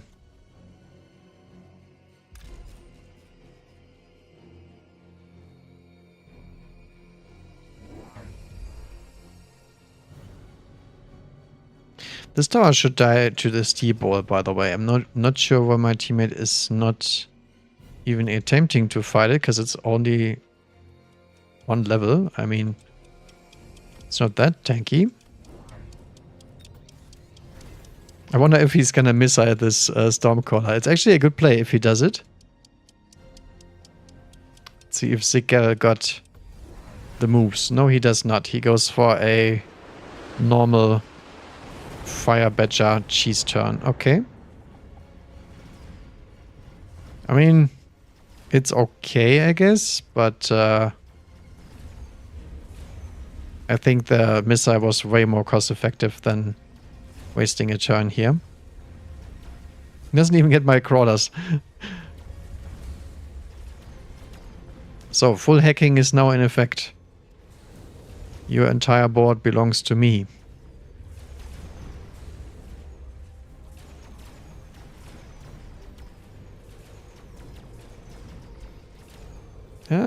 We do not quite make it. Very close though. Hey, we got one level 4 badger. Hey, my teammate actually has anti-air. Is it possible? Kind of is not, because he might actually die to one marksman, but yeah, he has range. Okay, never mind. Good job, teammate. Good job. He does finish. Improve fire control system. Sure.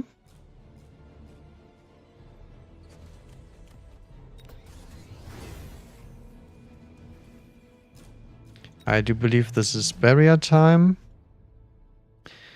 And I think I will sell out of the Raiden too.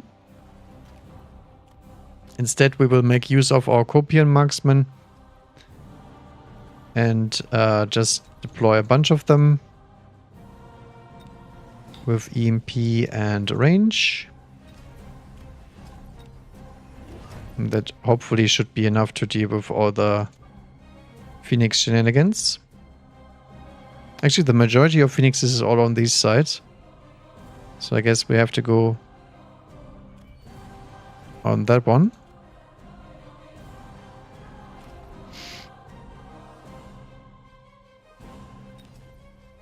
Do we want to missile device anything here? Might actually be worth doing here. Okay. Goes for elite marksman. Interesting. Dies to just fangs, I guess. Ah, there we go. He finally does his missile play. Probably a little bit too late. But we will see. Oh, I forgot to elite recruit. Oh, never mind, I didn't have the money. No. It's all good.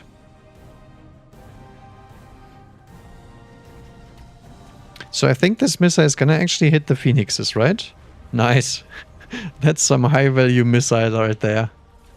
Actually, it's not even that high value because the Phoenixes will respawn on this side and I do not have as many marksmen on this side. But I guess it still delays their DPS and this side is then absolutely toast, so I think it's in general a good play. Yeah, and this Giga Hacker has so much damage now, even level 5 Fire Badger can't do anything against that. And we can hack some marksmen on this side, we will deal with the Phoenixes. This is a classic overcommit into 2 carries kind of deal. Teammate does it? He does. Ooh, he has the higher. He actually does have the hacker emote. Very cool. Okay, time to smoke.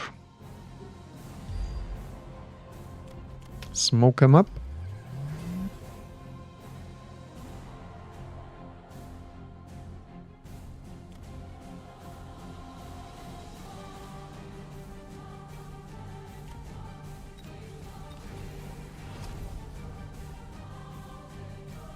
Get some range on these just in case he actually decides to buy some units. Not sure about that one, but you know. I will actually play around the front here. Then we get some side fangs.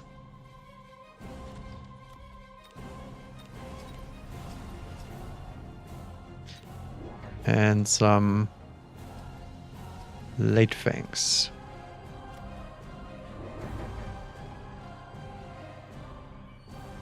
Do I do that missile again? Because it was very useful, but I mean...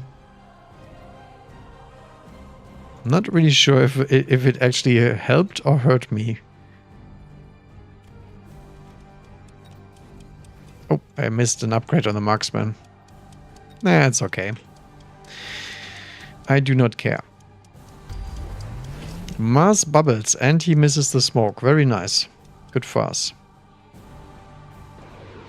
Why does he beacon those Phoenixes away? I guess he's afraid of the missile again? Whatever. Yeah, the problem with the bubbles here is, yes, you debubble the smoke if I was putting some, but there was just way too many bubbles. Pretty sure that's just too expensive, and I already have the Stormcallers on the field, so I do have enough shield break for bubbles.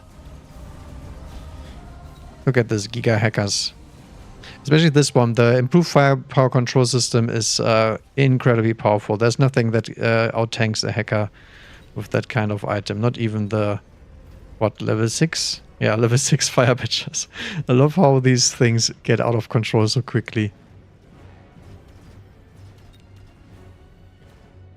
Ooh, my mate actually lost his side. I did not expect that one. But yeah, we have elite marksman that we hacked from the other side. So I guess his teammate is destroying him with this one marksman.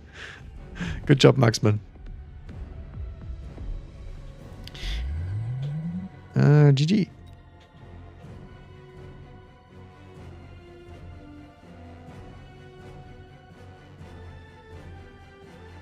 All goody, Mr. NRS.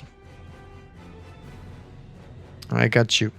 Or actually, your opponent got you. Because that's what I hacked. I think my marksman wouldn't have actually made it. because of the fact that we didn't get elite marksman. And I think he would have outranged me. I'm not sure. I didn't see if he had a tower upgrade or not. So maybe, maybe not.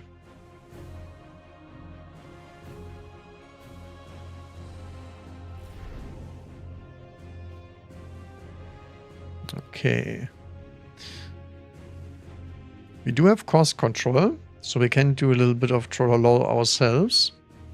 Training spec also juicy. I would like to play some worms, but I'm not sure if I even saw a good worm game so far. Yeah, sure. I will try. Maybe we can get some wormage in here.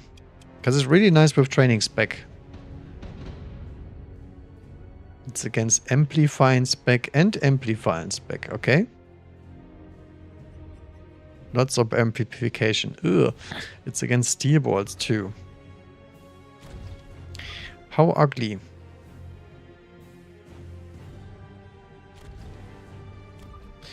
So I think I will actually try and fortify this flank.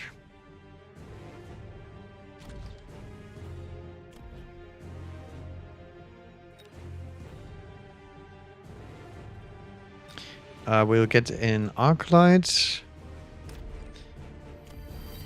Level 2.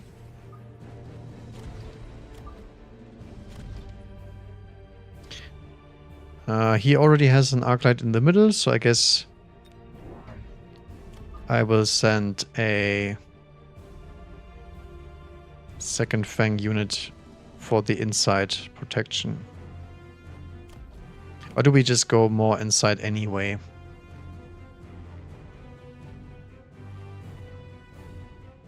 No, I don't think so. Yeah, there we go. This is exactly what I expected. That's why I'm sitting here and just sending one Fang here. So they go in double ASIM push on both sides. Into missile spec. Look at this missile here. I do like the amplified hounds though. That's actually quite juicy. Yeah, this is not juicy. This is bad setup. Because you get to get pelted by the Stormcallers with all your chaff and all your mid-sized units. That's actually quite painful. I think the Arclight could have been even more backwards. Because now it's gonna feed a bunch of XP to the steel balls. Yeah, I think it's still okay. I mean, for a turn 1 amplify spec, I think we couldn't have done much better. Because steel balls and the hounds do require specific answers. Steel ball did not level yet. Teammate is still fighting. That's not good. I think he's gonna take the tower. Yeah, that's actually really unfortunate. That's the problem with 2 versus 2. Steel balls are way better in 2 versus 2 because they get you to do this. They get that tower for free, and that's the level up on round 1, which is pretty much impossible outside of 2 versus 2s. Wasp and Phoenix, okay.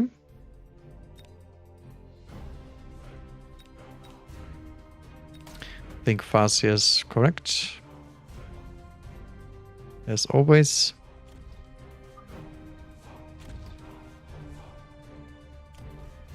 Yeah, this looks nice.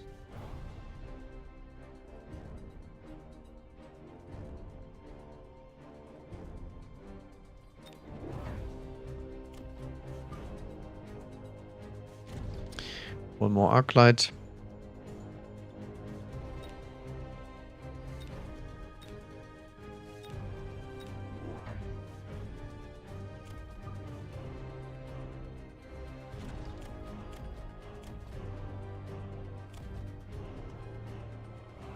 One crawler to delay.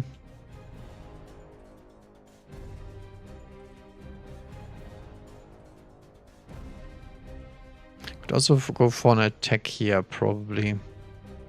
Yeah, sure. Would have liked to deploy some more arc lights, but I guess we can only do so on next turn.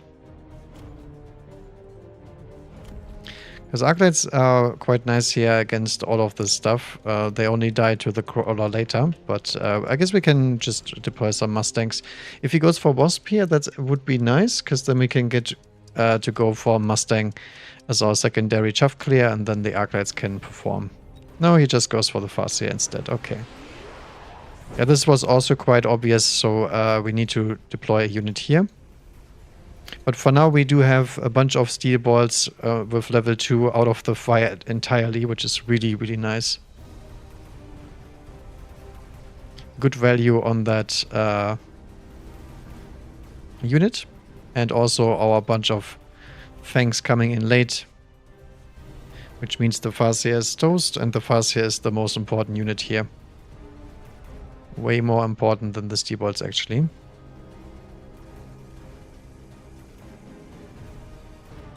Oh, I didn't quite make it, but almost did.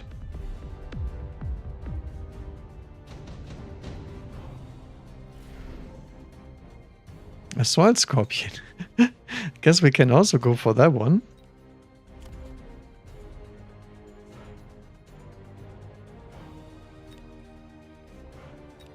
Assault Scorpion and EMAC. I think EMAC is by far the coolest one here.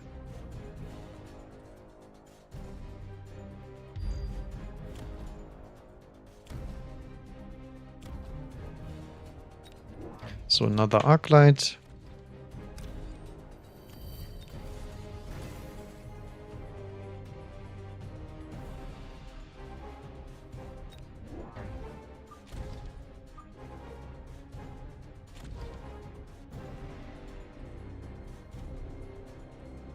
I also think range is probably in order. I don't know. We can get much more value out of it next turn, I think. So I think we do something else instead. We just go mobile beacon here.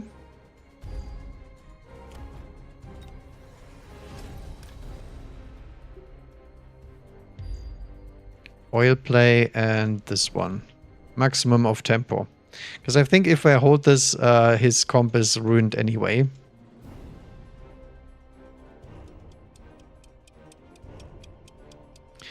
Teammate is going for a normal defense pretty much. Did take supply enhancement for some reason. Ah, he goes for the shield.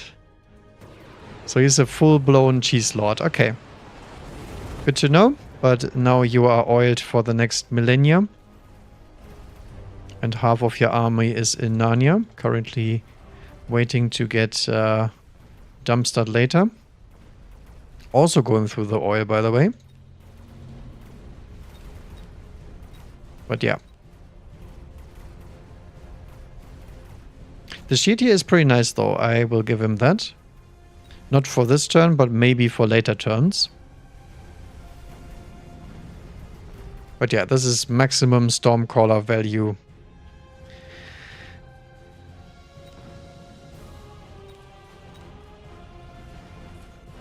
Okay, looks like teammate is losing, but we do have the Farseer still. So I think we are fine here. Because Farseers are decent units, to say the least. We will annihilate everything that isn't a Farseer. Also Arclights leveling. Very nice. Ooh, laser sight, nuke, and tarantula.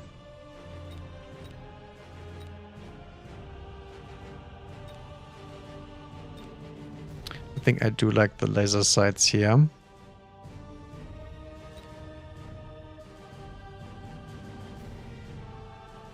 Question is, what do we put it on? On the Arclight? Yeah, the Arclight. Okay, Farseer. And unless he wants to missile this every turn, we kill those for free.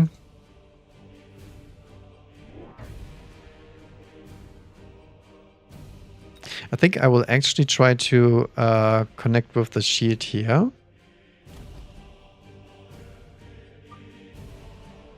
Does this even work? I do wonder. Did we drag some crawlers from the other side, by the way? Maybe we did. I will missile one here just in case he goes for a cheese here, which he should.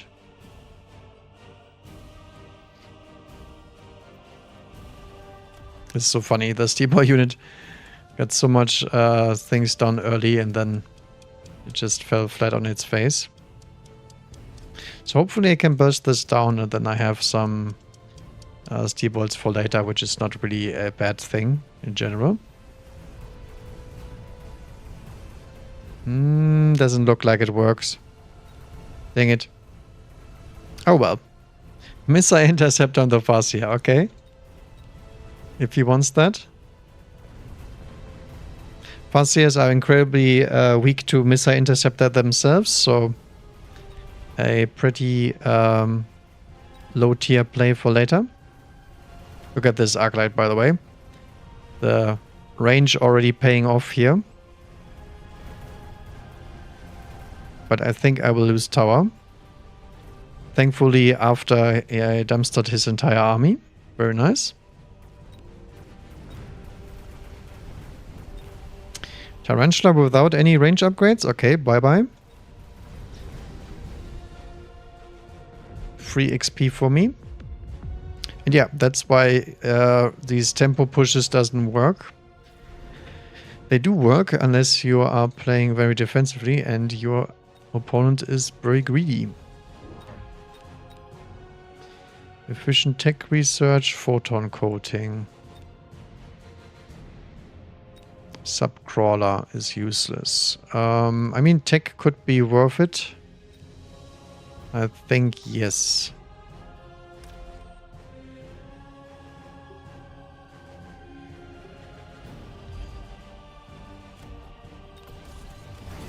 There we go.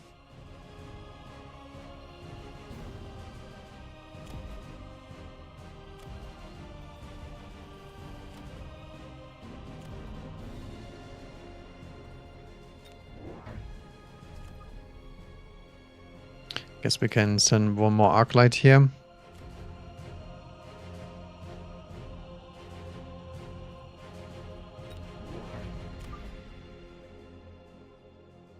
One Arclight a little bit closer to the middle.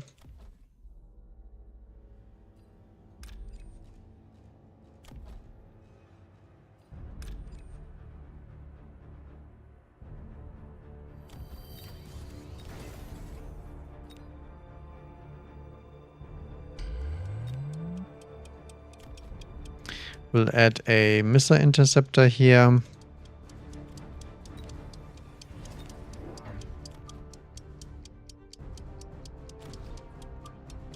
And then just a bunch of units.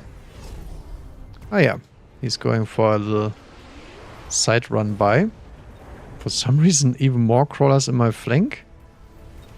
And steel ball range. Okay, so now he's committing fully to steel balls. This is where we can hit the charge shot and delete his steel ball army. Because for now we don't have the firepower to kill him. Could even go for a multi-melter, to be honest. Because he's so close to my face that we could actually get away with that one. The sad part is we lose the missile interceptor this turn. That's actually quite painful because it's minus 100.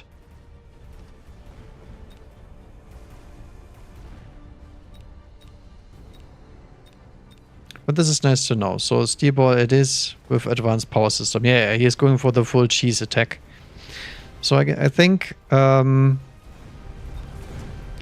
getting a big melter out would probably be the solution to this. For some reason he has a gigantic tarantula in the middle here that he apparently does not need on the other side. Barrier. Assault Scorpion, also an option, right? Just having those scorpions in here.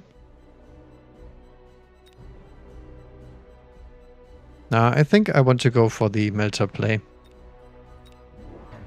I haven't done it in a while.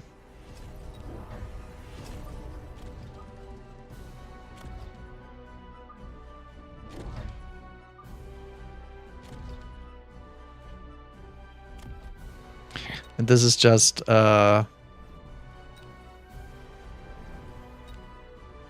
missile spam.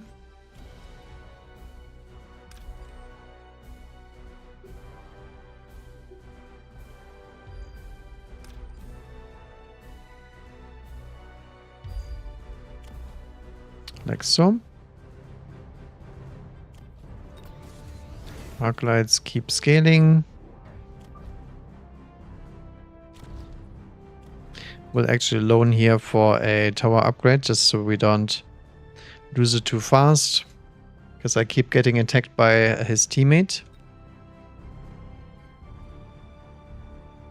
He also took the shield airdrop, so he does not have a EMP. I was a little bit worried there for a second, but I think that's fine. What I need is probably a volcano. Goes for wasp. Okay. It's a juicy EMP still, I think. Because it enables us, our Stormcaller, to do something more here.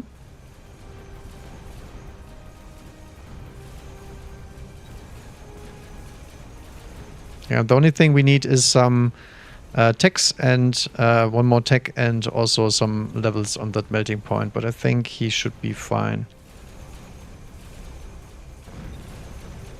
Yeah, those steel balls. Super heavy armor. Such a strong item. Holy moly. Again, we are losing middle for some reason. I have no idea what's happening on the other side. It's just elite tarantulas, apparently. Okay, Wraith is a very good one. Actually, I like the Wraith one even more. Even though the Wasp would beat the Wraith. Could also go for Badger instead.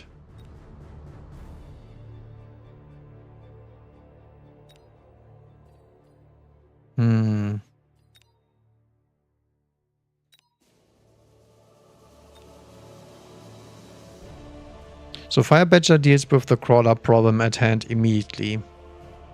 So I think actually the Fire Badger is the correct solution here. So we'll drop just 2 Badgers here.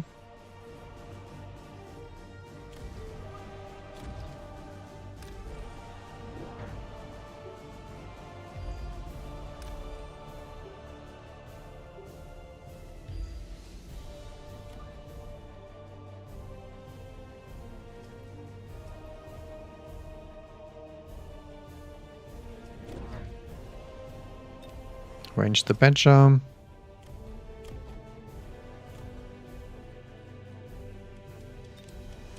Charge shot the arc light.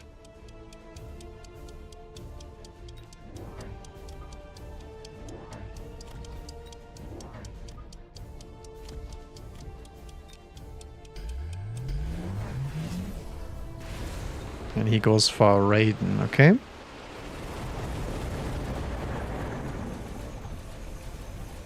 Raiden is very good against Fire Badger, but my main issue is the bunch of crawlers coming in here. So now we can deal with the steel balls and we can also deal with the crawlers. The only thing we cannot deal with yet are the wasp. That's the main concern here.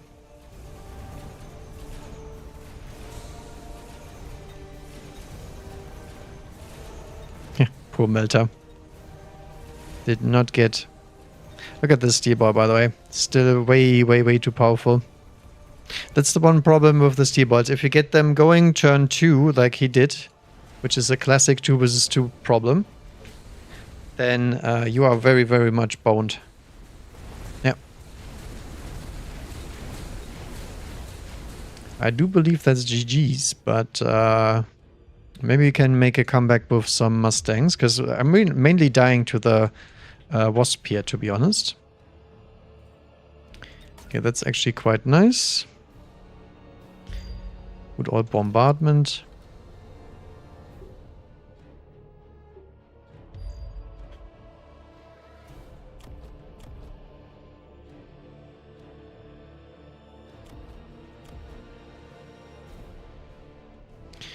Okay, so Mustang time.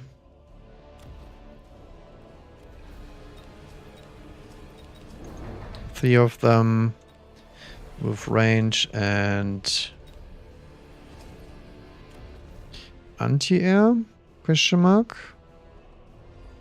Yes. We can sell that dude over here. So we get money for range also.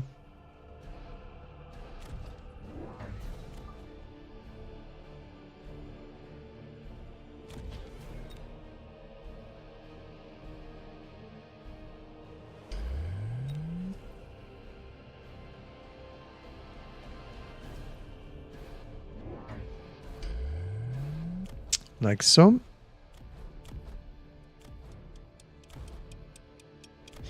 Can't even see where the freaking arc lights are that need the upgrades. Oh, he also goes for EMP Raiden. Okay, interesting.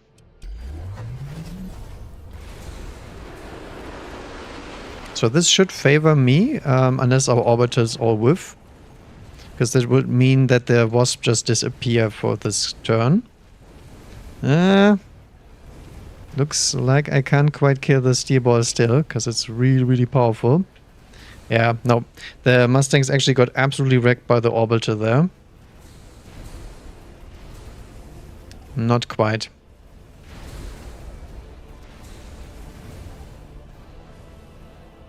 Yeah, it's GG, as I said. GG.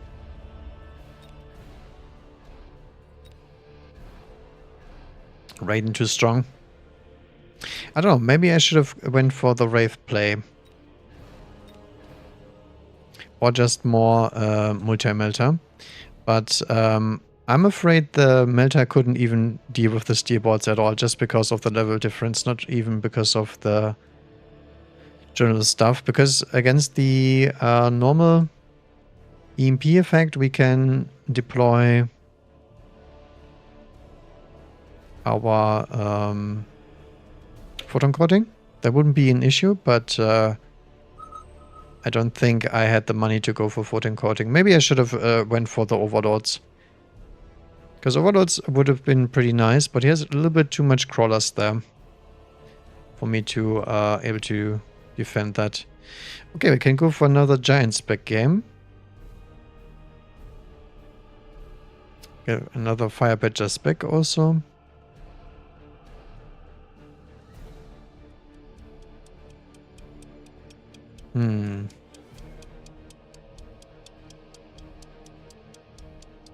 I think I'd rather play Giants. It's a little bit more flexible. Although I hate Saber Teeth.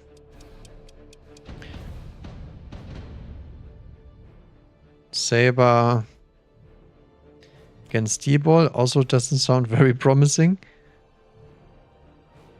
What do we do against that? Probably just Fangs, to be fair.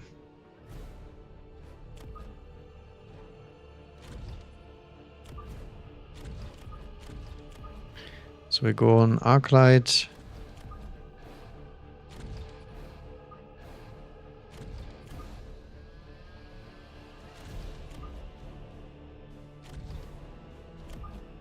Or Arclight for now, defense, and then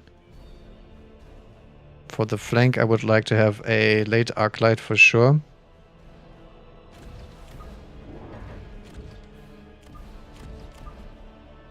Two in the middle.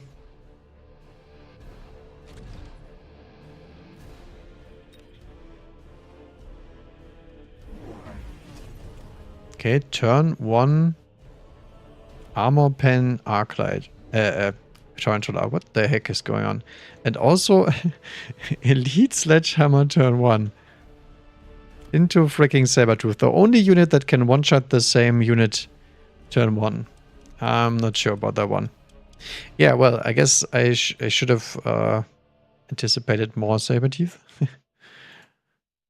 We could go for a Raiden game here ourselves, because that looks pretty nice for Raidens here.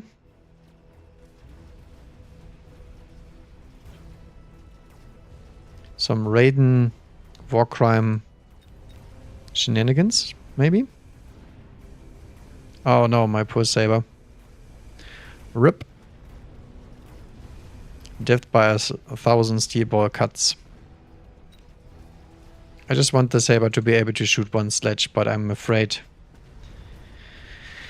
if we don't get our tough clear going here, we're not doing it. Yeah, Arctic gets some nice XP there. It's nice.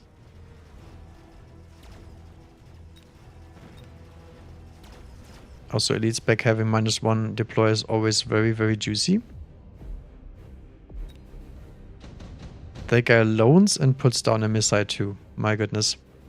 Mass-produced Sabertooth and Assault Scorpion. Is this finally the time where we can go Assault Scorpion? I mean, I can bust it out.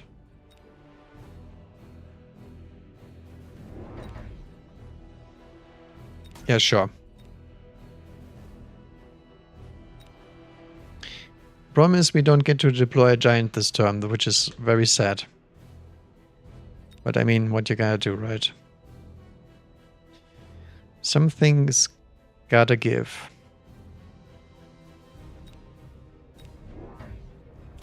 So I will deploy a Stormcaller for now. To deal with those pesky steel balls there.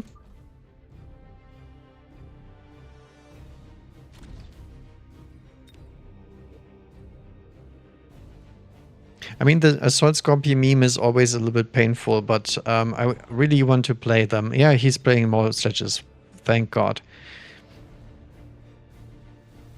The Elite Spec guy also went Assault Scorpion. Cool, cool. But yeah, this is where the Stormcallers really shine. They get to kill all these freaking things, so our units can actually target the steel balls. Yeah, looking good. Sabertooth actually doing something now.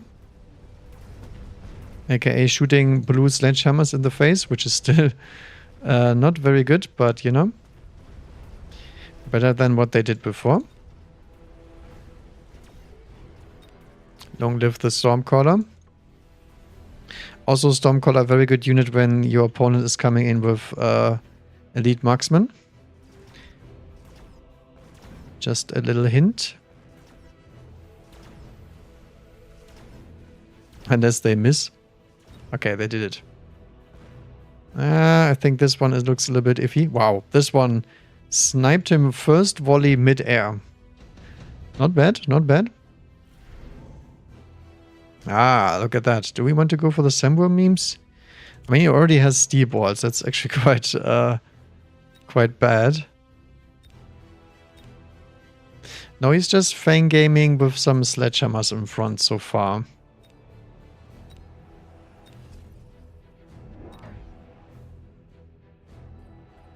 I think I will just take the big bird because I don't have any anti-air to speak of, so might as well. Okay, it's time to boot out the Saber. And instead join the Raiden army.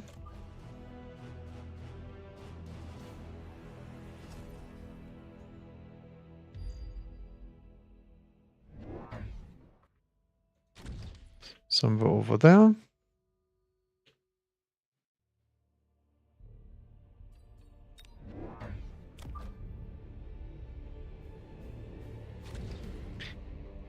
Some more dudes.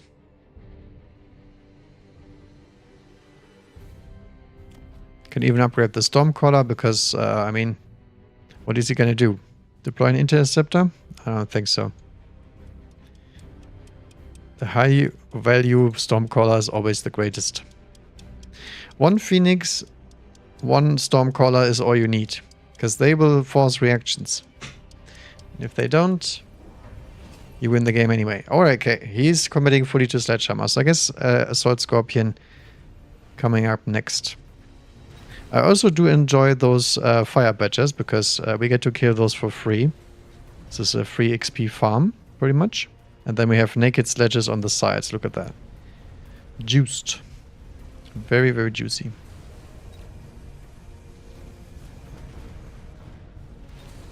He does run armor on these sledges, but he does not have EMP on the sledges, so his sledges cannot really carry very well. And none of this shoots up. Oh, there's a worm here. Random wormage from my teammate.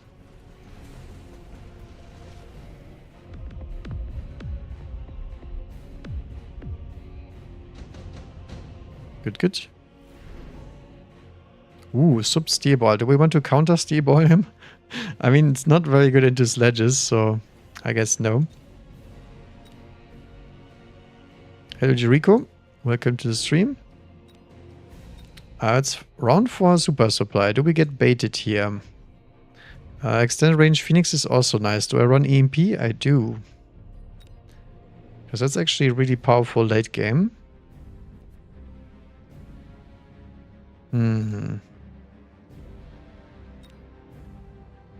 I guess I will go for the bait. Alright, it's finally time for the Scorpions to meme a little bit. I have to be a little bit careful because they're quite quick on their feet due to having 10 movement speed. I think I will keep them a little bit further away even.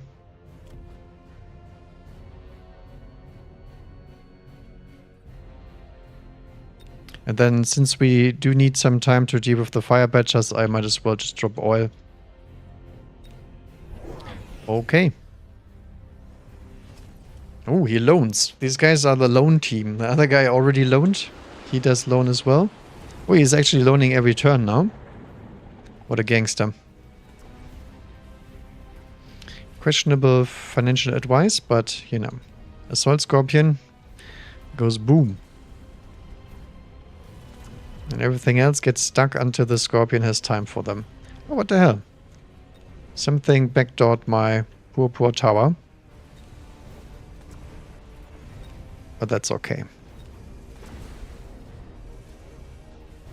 Just let me fire at those sledges. Come on. Nice. But yeah, it was about time that something is done about this tower. And if it's just crawlers, I mean, I do not care at all, because we're gonna get into Vulcan territory here very soon. And those few fangs here cannot do anything about our superior air force. Provided by Giant Spec. Anybody not take the super supply? No, we are all on the super supply. Okay.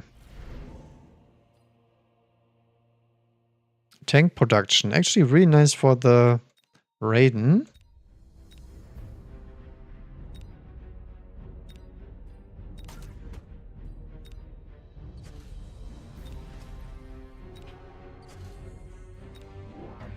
So Volcano time. Which means Arclights can go bye-bye.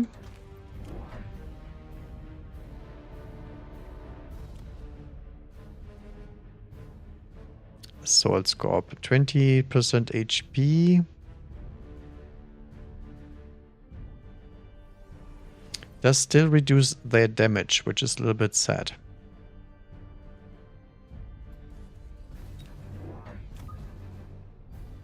I'm doing fine, Yuriko. Thank you for asking. I mean, it's Friday. How can you not be fine, right? Okay, Volcano more to the inside.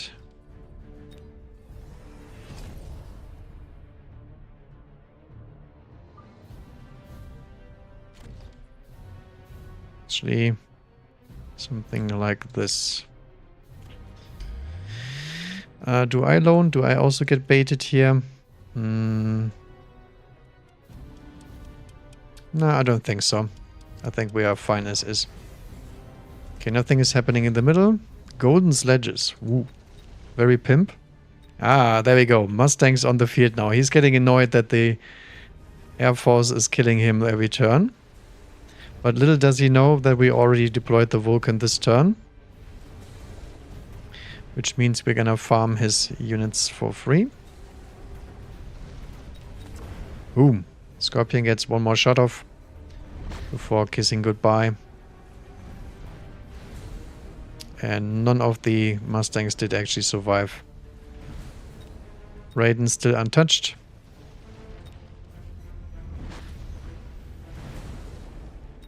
Volcano's also getting level 2 instantaneously, so even armor is not a play here.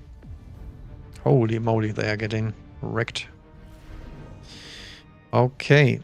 Ooh, Phantom Race for the maximum oil plays. I mean, we could do it.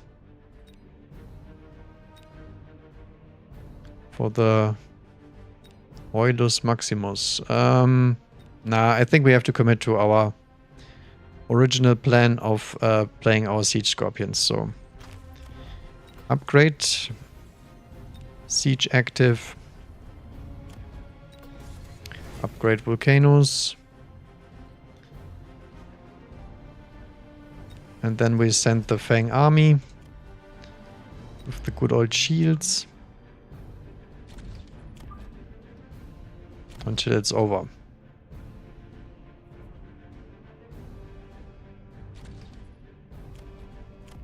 Do we want to upgrade the Stormcaller even further? I mean, it's really, really cost effective, this game. Nah. We are fine. What do we not want to see? Probably Melta. Overlul would also be not as nice, but we already have the extra long range Phoenixes. Oh yeah, he goes anti-air for the Mustangs. Perfect. Time to sell. Goes randomly into Firehounds for some reason. Okay. Not quite sure why he does that. That's easy to solve. Just deploy some units here and that's it. Doggy's useless.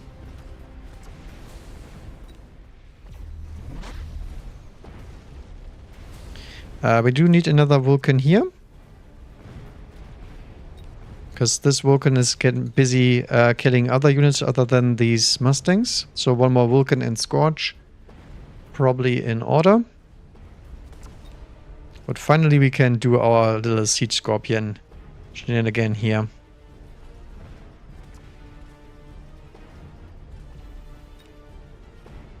And there's not even a ranged sledgehammer here. Ah, it's already over. Yeah, it is. Okay. I mean, what can you do?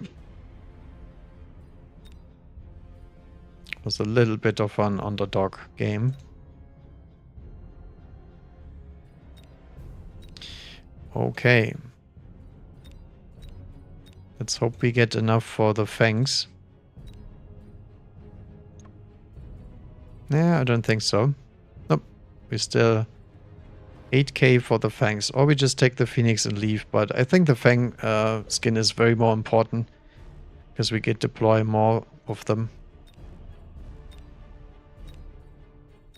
What's my MMR here? 1800. Okay. Also quite low.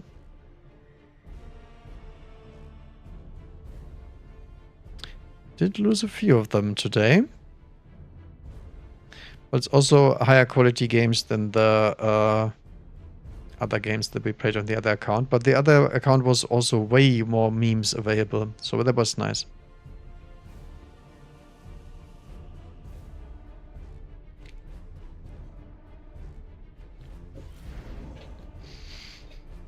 Ooh, this is another Farseer cell round. I mean, the rest doesn't look that nice.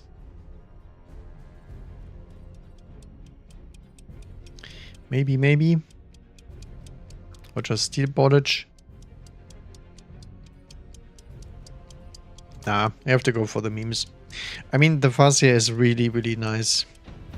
And I really haven't ran into somebody that could deal with it. Oh, it's actually into Mustang. That is actually very, very bad. Never mind. This guy does not run Missile Interceptor. What a mad lad. What an absolute mad lad. Yeah, Yeah, if we sell turn 1, we can't deploy another unit. That's gonna be a little bit painful. I think since he doesn't even have anti-missile, I might as well just delay the Farseer spam a little bit. So we're going for Crawler, that's for sure. This is fine, but it's on the wrong side. How much space does it leave here? 3, 5 from the corner. I'm not sure why we need 5 from the corner.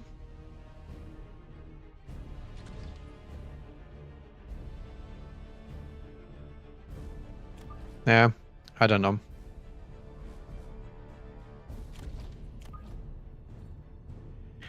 So what we will do instead is something like this.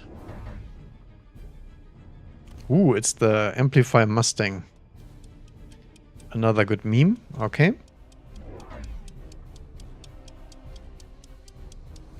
He just goes for the boring crawler attack, okay. Yeah, my teammate is very fast to die here because he has all of these crawlers at the same position. So these Arclights will get absolutely fed. But that's okay. Probably need something here to distract the Mustang firepower. I mean, the problem is this is such a great game for spiders, right? Spiders just need range in HE and they can kill this entire army by themselves. Don't really need any other unit at the moment. Yeah, not sure about that one.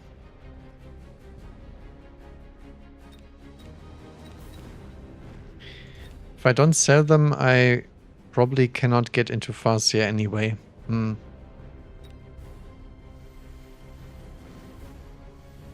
see what the unit drop says. I think the unit drop is most likely the biggest decider here. Yeah, spiders get absolutely wasted by the Stormcaller. Good thing I didn't deploy anything in the middle, because that would have been a disaster. Ah, there we go. Unit drops. Nothing really interesting other than Typhoon. We could actually go for Typhoon Farseer. I've never seen that one played before. But we do already have the aggressive position. And Typhoon does very well into those Mustangs.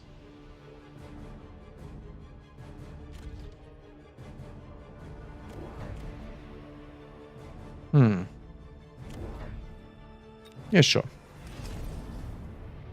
Why the hell not? So our Farseer is our anti-air.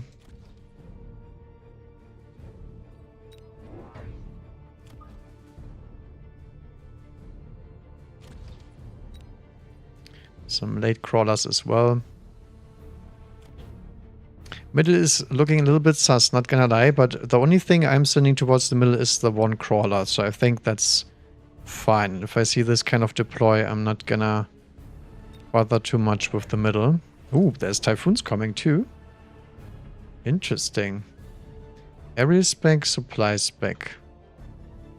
So my guy goes for steel bolts instead, so I guess we need to outdamage the balls with our Farseer. That's actually quite hard to do. Or do we need Scorpion support here? We might.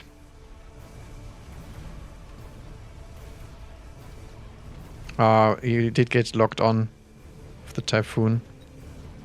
Very sad. But I have to say the Tarantula is still doing pretty hot here. Considering it is cell material. We don't even get the second steel ball. Feels bad, man.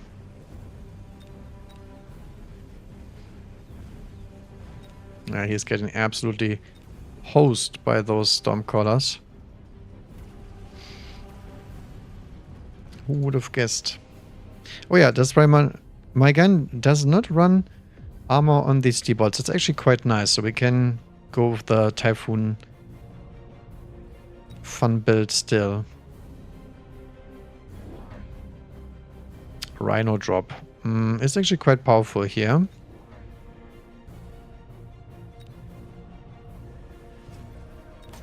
We'll still skip. That's a juicy missile that we can do. Why do we skip? Because we want more Farseers on the board. And we do want them now.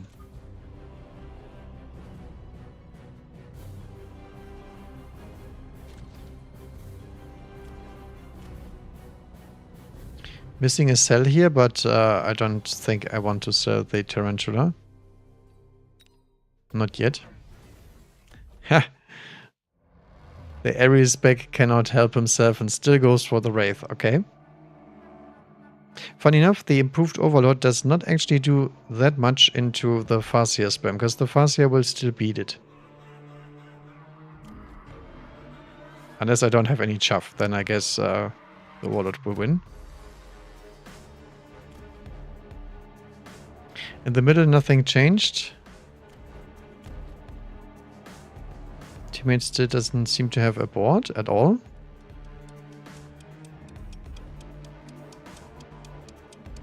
A little bit odd looking. More steel balls, okay. Yeah, I guess we have to get a counterattack against that. Wow, he also goes for the missile. Why would he do that? It doesn't matter. My missile is worth more because my Typhoons get to kill the Mustangs now.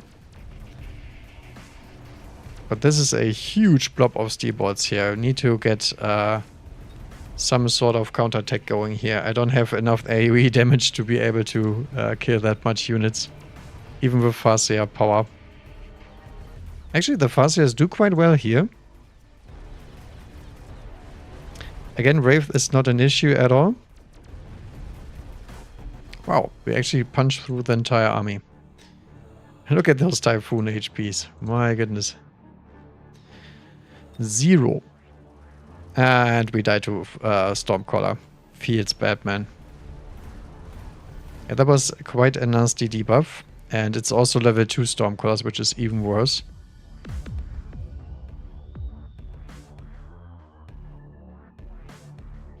But my teammate did not find out how to play steel balls this day.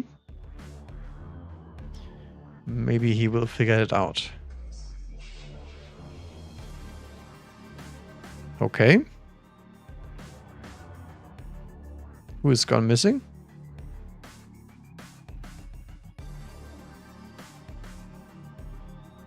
I'm not sure what just happened.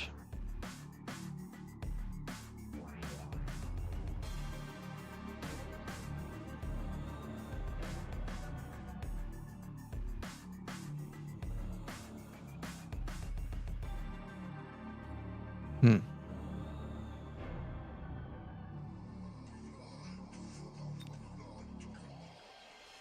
Eight tickets. Wow.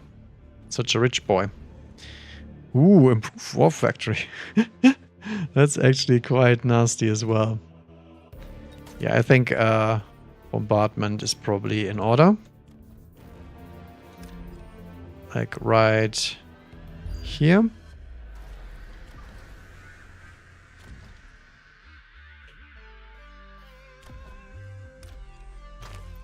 Tarantula gets out of here.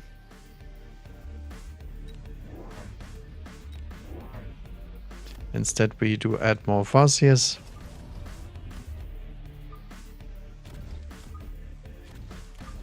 Then we'll also add some more Typhoons here.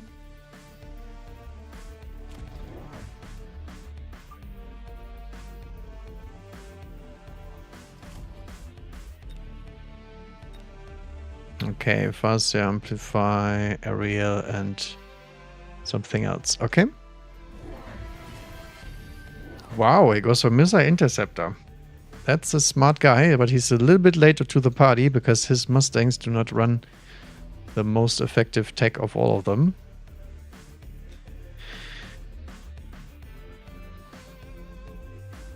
Okay, no, I feel like nothing happens on this board. Where's his money?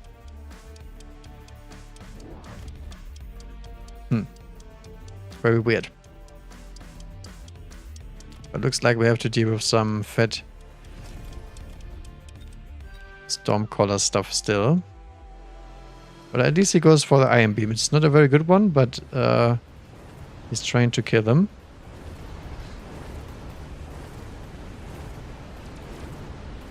Nice. I think the Orbiter was fine. Nice. And also the Typhoon level, that's really good. Because I want some Typhoon levels for sure. So this comp gets at least a little bit more tanky. Now we should get some XP on the Farseers here as well. The funny thing is, I know he can't get Farseers because I already own all of the Farseers in this game. Which means he also doesn't get the missile tech on this one either. Yeah, look at that. Triple level up. Actually quadruple level up. Phantom Ray and Fire Badger.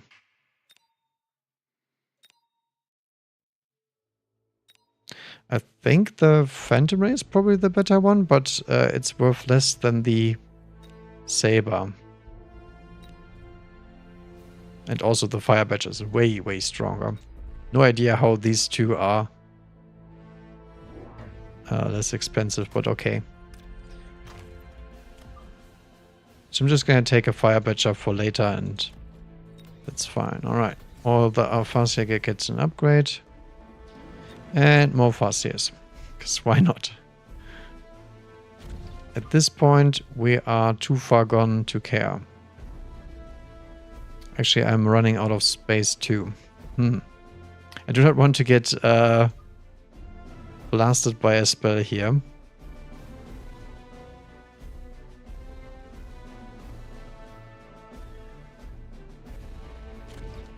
Yeah, I couldn't put it more forward. Why not? This one get also blasted. Okay. Ah, there we go. He's going for the Missile Interceptor Copium on the Saberteeth. I like it. I like it. That's actually really good for me. Because that still doesn't answer any of this and is easily impaired by both EMP and just Stormcallers. Just deploying Stormcallers on the front line will disable the Missile Interceptor entirely. Oh nice, he does actually kill that rocket that I sent to him, so I guess that's worth something for him. But yeah. This is all fine with me. Farseers require specific answers, and he does not seem to know what the answer to that question is. He's just thinking 41. Well, it's not quite it. Also, Phoenixes are terrible into any Farseer.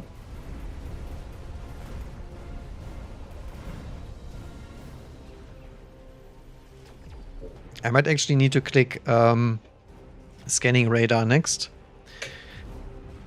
Because Farseers with Scanning Radar and range do outperform Marksman and Stormcaller.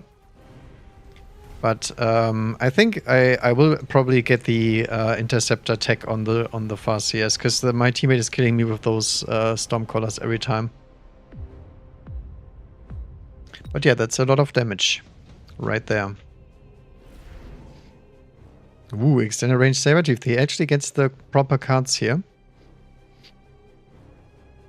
Could Lightning Storm his teammate. I think I like that.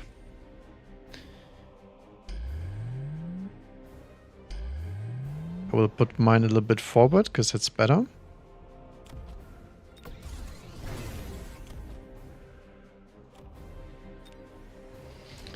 Okay, I think we will loan here for sure.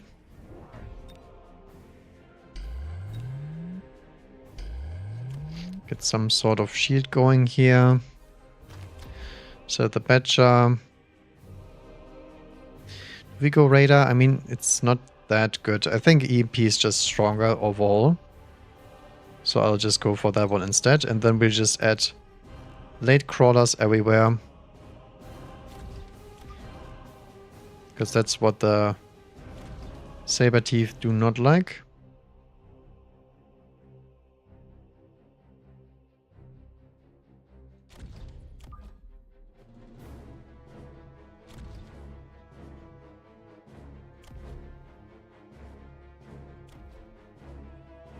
A little bit worried about this tower, to be fair, but I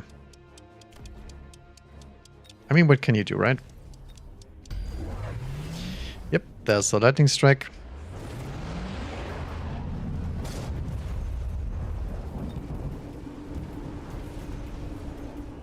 Look at that instant EMP hit on that Sabertooth. So far for Missile Interceptor. Do we Shrek'd his teammate? Kind of. I mean, we broke through one side with the double lightning, but other than that, it's not looking too hot. Yeah, but I think I still have enough firepower left on my side. It's not quite. Get that Saber? Ah, it did not manage to do it.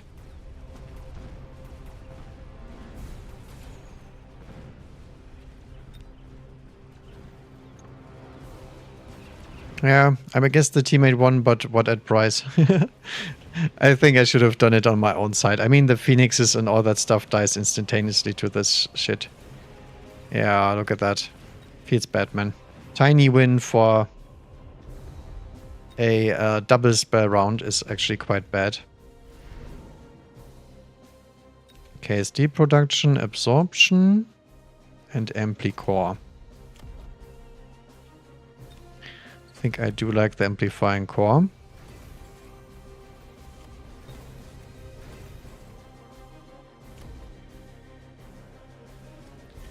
Okay, anything else we need? Probably Temperage again. But yeah, as I was saying, I think I will drop some Stormcallers now, because the Stormcallers are actually really good by occupying the Missile Interceptor.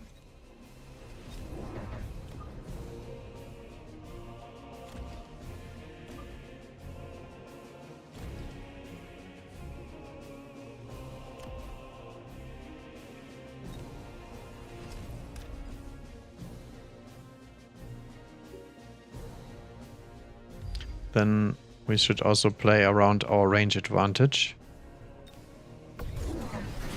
Even more interceptors. Okay. I think I will just drop more Stormcallers and hit Launcher Overlord, I think. Or actually even just a Vulcan. Vulcan is also very nice here. I really don't like these naked aerial mode Void Eyes. That seems to be a very gimmicky thing to do. But we'll see.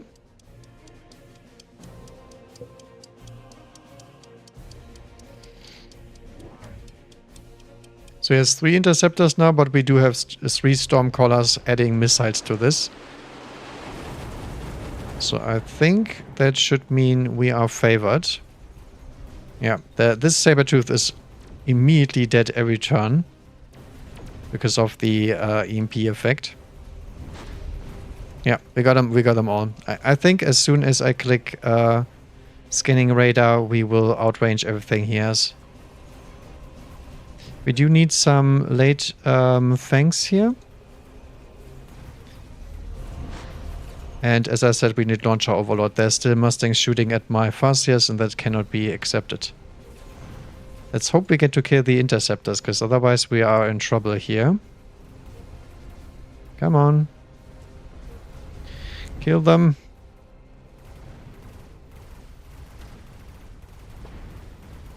Yep, we got him. Nice. That's a big loss for the other side here.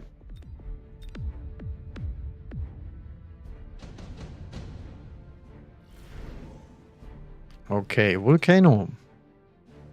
Yeah, I think Volcano is what I am missing here in the comp.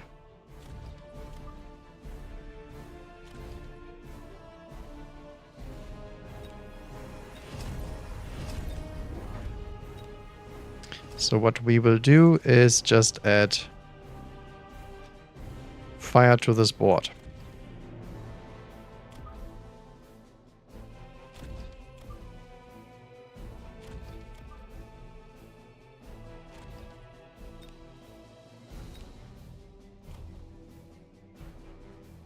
Okay, that's gonna be interesting.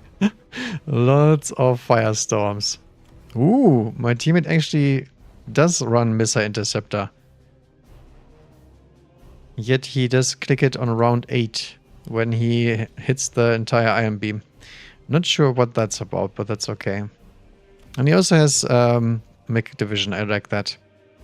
Does he have EMP sources on this spot? I don't think he does. No, not yet. So no, for the moment, the Steelballs are doing fine. He goes another 400. So he's loaning every turn and he's building this stuff. So he's not adding anything to this board other than the units he already has.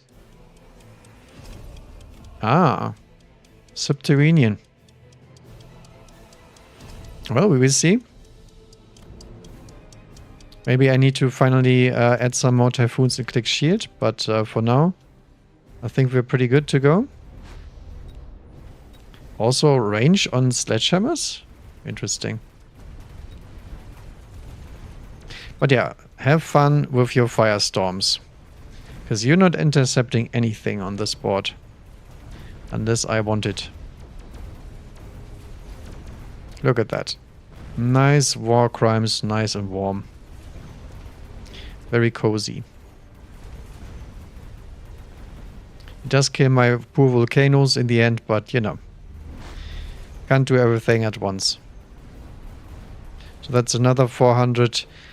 500 down the drain this turn because of the interception. Feels Goodman. Also, Phoenixes are shooting at my Stormcallers. Yeah, teammate actually figured it out. Very nice. GG's.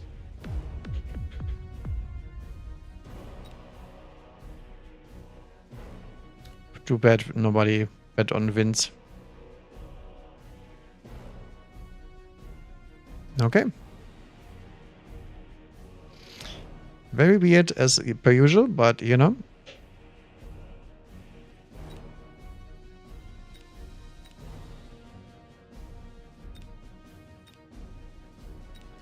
But you live and you learn. No amount of missile interception can actually stop the Vulcans from dropping their payload. Especially not when you're in such a weak position where you're only trying to counter the Farseer with a stationary temporary device that gets annihilated.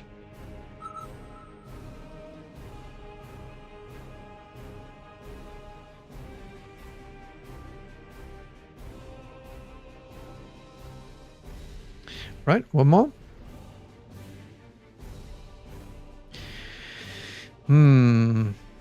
Another Farseer spec meme, but I do think we played enough of that. Elite spec with fangs? Nah, I don't think so. I mean, I guess I will go for this pack anyway. I'm just not gonna turn one Farseer, I guess. He has Hounds and Steel Balls, which is arguably a much better pack than I have, and he also has Amplifying Core. Okay, that looks not good for us. Turn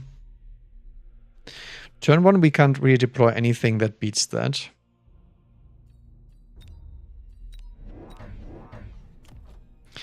Maybe we can go for some ball meme.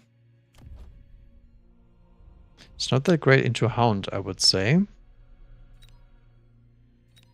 Yeah, something like this probably, right?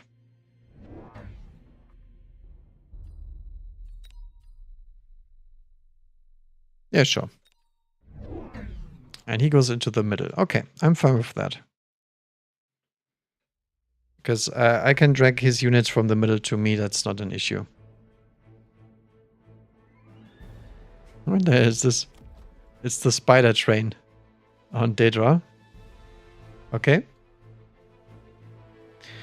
What does he have? Missile spec? Missile. No, I'm not actually quite okay against missile here. He might missile this.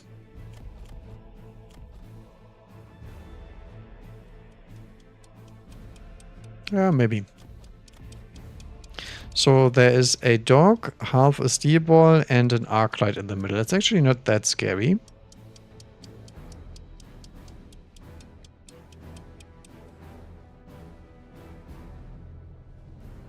Actually, one of the walls only split off. Needs to be chaff clear over here, so we can get to the tower. Yeah, I think we reach tower first. The question is that useful? Because D-Balls kill towers very, very quickly, even when they are debuffed.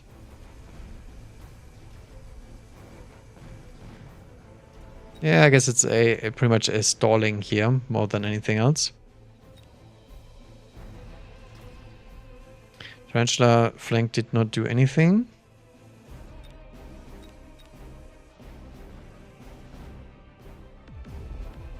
Yeah, not the greatest start, but I mean, it's Amplify specs are really, really tough to beat, and I already have the worst unit set up here. Could go for Typhoon. Phantom Ray. And Wasp. I think I will give the Typhoon another try.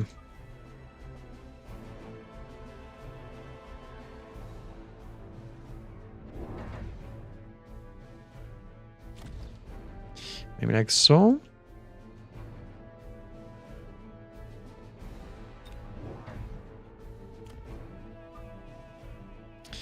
Then add one more crawler here.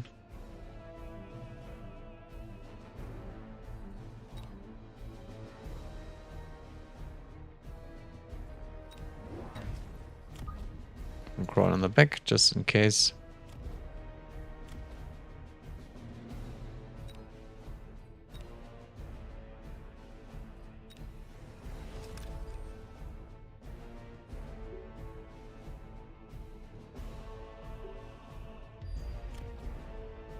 Something like this could work. Of course. Goddamn missile strikes always from the other side or my side. Even if it's not even a good missile strike. That's something I do not understand at all. Was way stronger on the other side with the Tarantula push.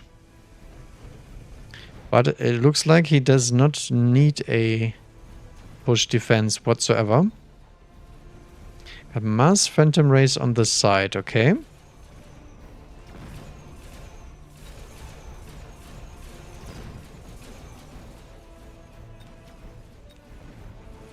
Steel Ball has not leveled, that's actually quite good. But we still don't have any answers to anything on the board. All of this gets countered by Raiden, but I'm not sure how I'm supposed to get into Raiden. I guess with the Farseers. Farseer are also very good against this. But also very expensive to do so. So, meh. Not sure about that one. Ooh, Elite Mustang actually would work. Does he run armor upgrade? He does not. Okay.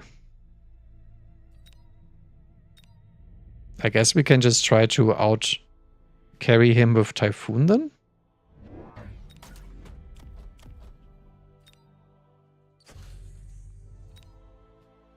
So we will be shielding this, that's for sure.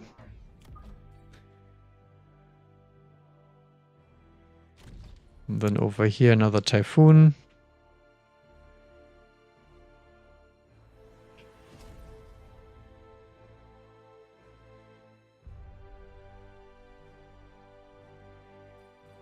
And a middle crawler here.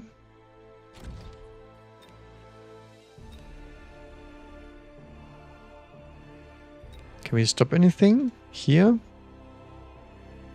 Yes, kind of. Though I would argue, yeah, there's a crawler splitting here, so not a good idea, I don't think. So we delay this one a little bit.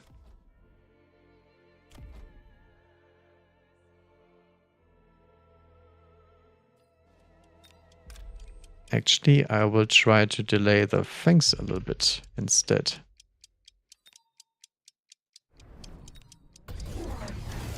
Okay, double Steel-Ball leverage and Elite Mustang picked. Okay, yeah, his teammate is again targeting me. That's why the shield is here. Exactly because of this sheet.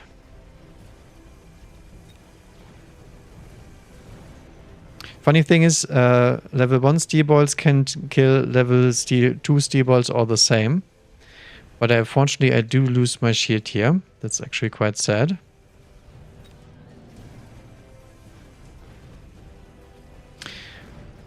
Ooh, Typhoon actually manages to kill the steel ball here because of the item. Yeah, but we get ganked by everything else here. Because I cannot hold the tower. And teammate cannot hold anything either because he invested too early into Wasp. Which do die to the Mustangs. There's a bunch of things we can do against the Phantom Race, but I think I need to stall for the next unit drop. Otherwise, we have problems here. Ooh. Does he want to go for extended range? He might.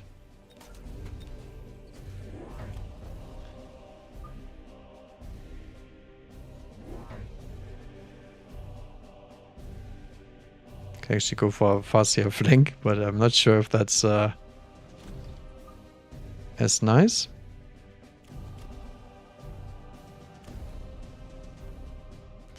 So I think Ordage is in order.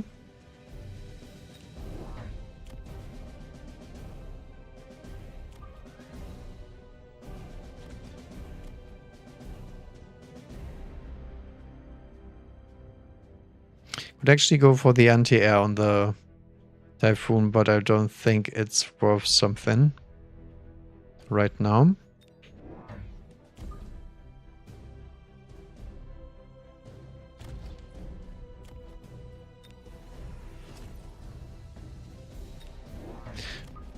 And we will also try to delay this flankage a little bit.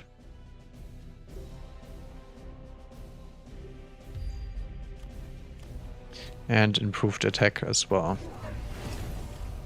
Goes for Hounds. Okay, that's fine with me. Because the Typhoons already have their items, so they can do the chef clearing pretty well.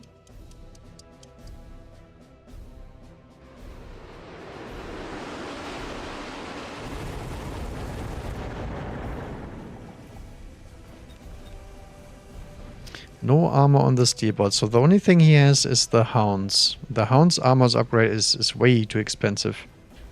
Okay, that was a great flank though. Lots of units distracted.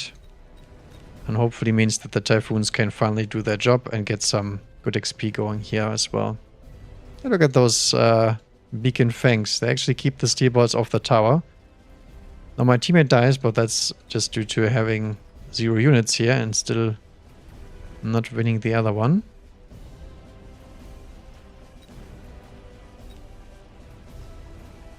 Okay, Typhoons do make it. Also farming lots of XP here, which is very nice. Yeah, got 2 levels on the Typhoons. Good stuff. High value oil. Javelin and Factory. He could actually try to javelin me. Factory. I mean, against steel balls, is it that good, that bad? I think I will skip for now. I will take the upgrades on the Typhoons, even though I know they will probably get sniped this turn.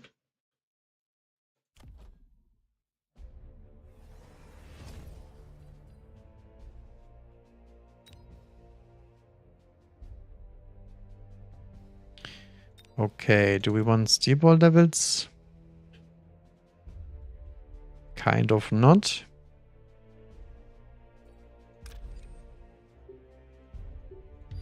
Fang gets to make his crosswalk again for sure.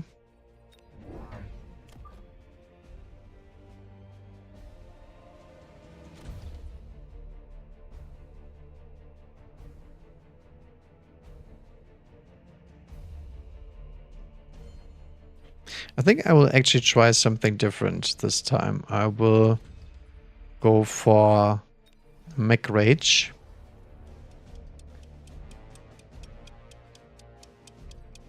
Try to burst him down. And speed. Yeah, this is what I expected. That's why I was saying this level is wasted. But look at that. We outspeeded the missile. Did get ahead a little bit, but not that much. Nice. Look at that. Juicy levels on the Typhoon, which is one of the harder things to do because the Typhoon is actually quite a good unit, but it does require some leverage, which we do get now. Perfect. Now, obviously, we get slowed by the oil ourselves, which is a little bit bad, but you know.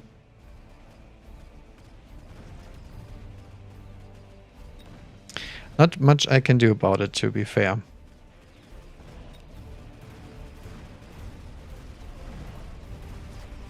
Nice, we get to crab attack the other side as well. Alright, so Typhoons are all doing very well here. Ah, there's the Raiden we were waiting for.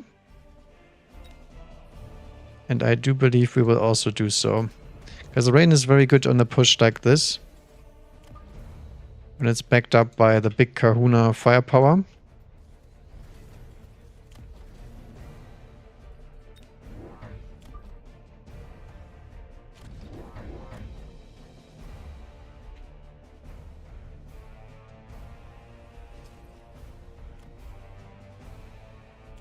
Would also like to get a shield on the Typhoons, but it's really expensive, like 600.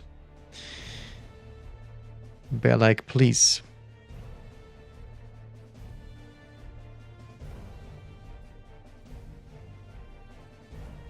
I think I will actually get a second row of fangs here. Just to delay the tower from dying.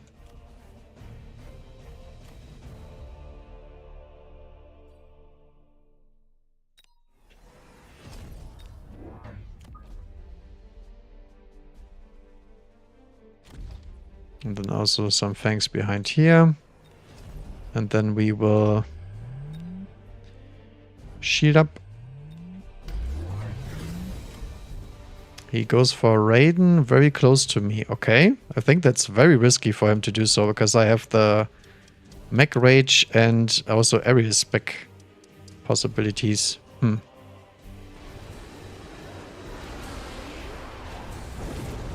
I think that's a little bit weird, but that's okay. We'll see how it pans out. For now, I'm already very pleased that I went with the Raiden, because the Raiden is very, very good into Steel Ball and other Raidens and into the Phantom Race, so he's getting absolutely dumpstered here. There's a hacker showing up here. Okay, so Tarantula is meeting its end here by getting hacked.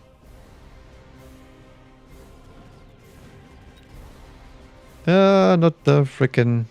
Dang it. Lead Mustang. Oh, the hacker's gonna take my Typhoon. That's actually quite bad. But yeah, nothing I can do against that. There is 0 anti-air killed. The entire board on the other side is anti-air because of the earlier rounds where he just spammed a bunch of Wasp for some reason. Okay.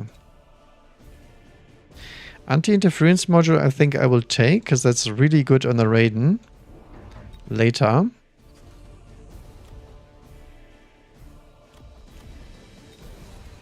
I think this is the Typhoon Shield turn.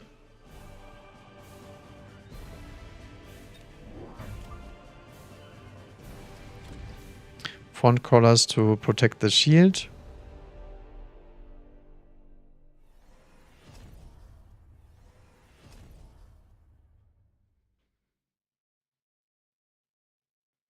So he's starting to get the Mustangs going, but he doesn't...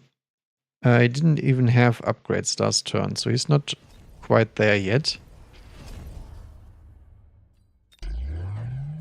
I think I will attempt to hide a Typhoon back here to delay this tower.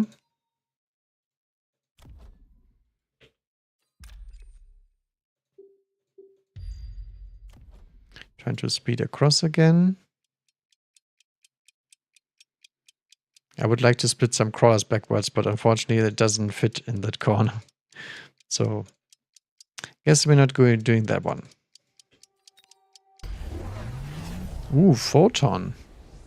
Wow, he has Fork and Chain, so he has 90 range on the Raidens. So we can actually outrange him with the Typhoons. That is so funky.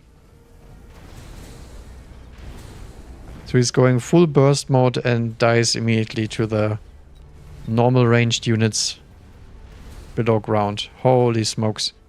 Now that is a play I have never seen before. Because, quite frankly, it's not good. That's why I have not seen it before. Yeah, the hacker is actually really ugly for me. Wow. Level 4 Mustangs. I mean, I can deal with them, just not with the hacker. Yeah, no, the tower debuff is too strong.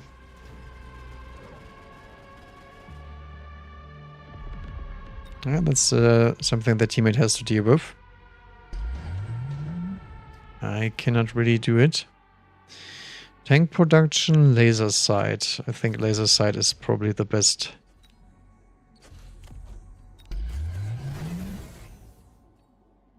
Okay. Can we give him an oil so he actually does something? Does he even have oil himself? He does not have it. Oh no.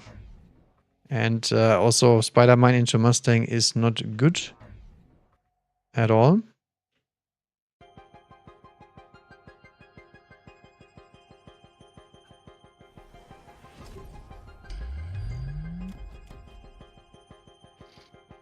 I think I will sell out of those steel bolts. They are a thorn in my side, so to speak.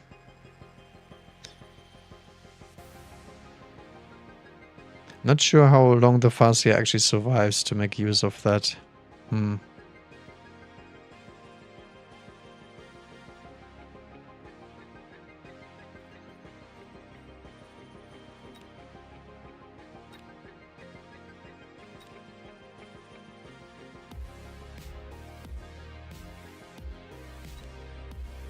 Yeah, I'm not sure what to build here against the threats on the other side. Because quite frankly, my board doesn't really need much else, but... I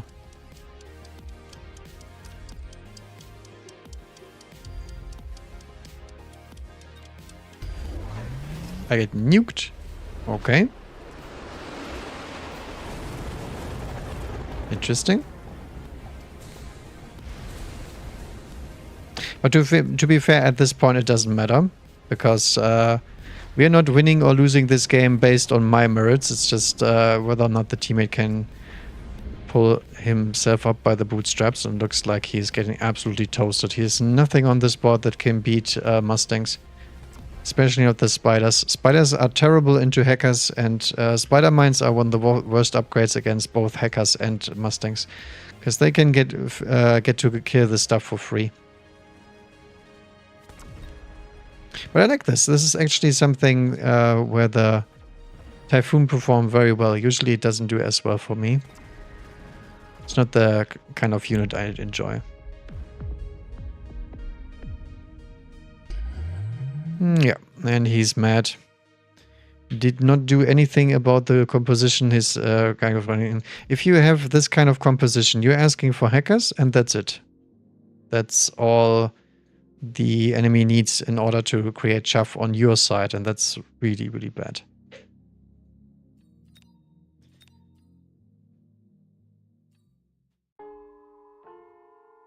Well, funny enough, the middle was actually safe. Just because there was plenty of oil and I dragged the units away. So if middle is unsecured, it's on his side, and then you just deploy something on the tower, because my tower wasn't dying either. The only reason why he was dying in the first place was because he was losing the entire round anyway. And that is nothing I can prevent. The reason why you don't show a Wasp with early techs is because you get absolutely dumpstered by Mustang, and that's it. And he never even built one unit that does well into the Mustang other than the Tarantula, which gets countered by Hacker, and that was that. Because the Raiden doesn't do anything in that kind of board state. It's immediately dead to any Typhoon, any Mustang. Because he doesn't have the chuff. Get the tunnels. Yeah, there we go. Alright. It was a nice game though. I did enjoy that amplifying spec thing he was going for. I think the Phantom Ray stuff was actually quite scary, but did not really do anything in the end.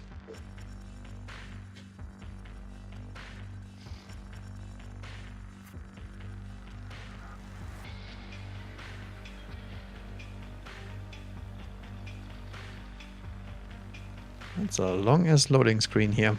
Okay, there we go. I got another giant spec going. I guess that's what we're going for. I mean, Fuzzy spec I have played plenty. I think giant spec it is. Maybe I can get some worms out too. That would be nice. But so far, people have played loads of steel balls and air. Now then, that's not really something I can go worms in.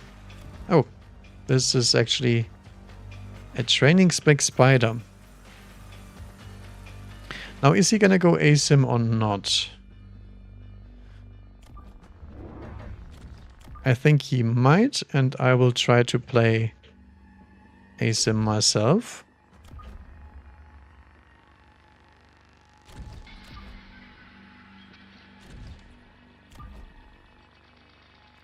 Like so. And he has Void Eyes and Spider. I guess we do need some fangs in that case. And second fang maybe on the side. I think I will deploy a protection.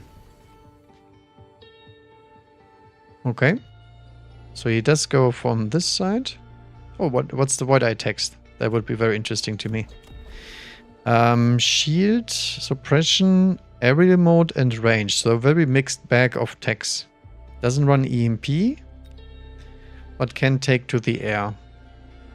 Interesting. Spider doesn't have a HE, so it's losing to Crawler. Very nice. I always love it when they do that. It's just terrible teching. Yeah, we guessed the right side, and that means Void Eye still doesn't do anything against the Stormcallers. Just too much firepower. What's happening here? Same deal.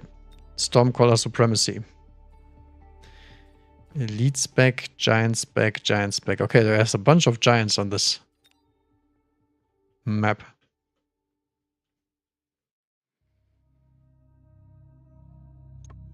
And Sabre is not pressing the speed button. What the hell is this?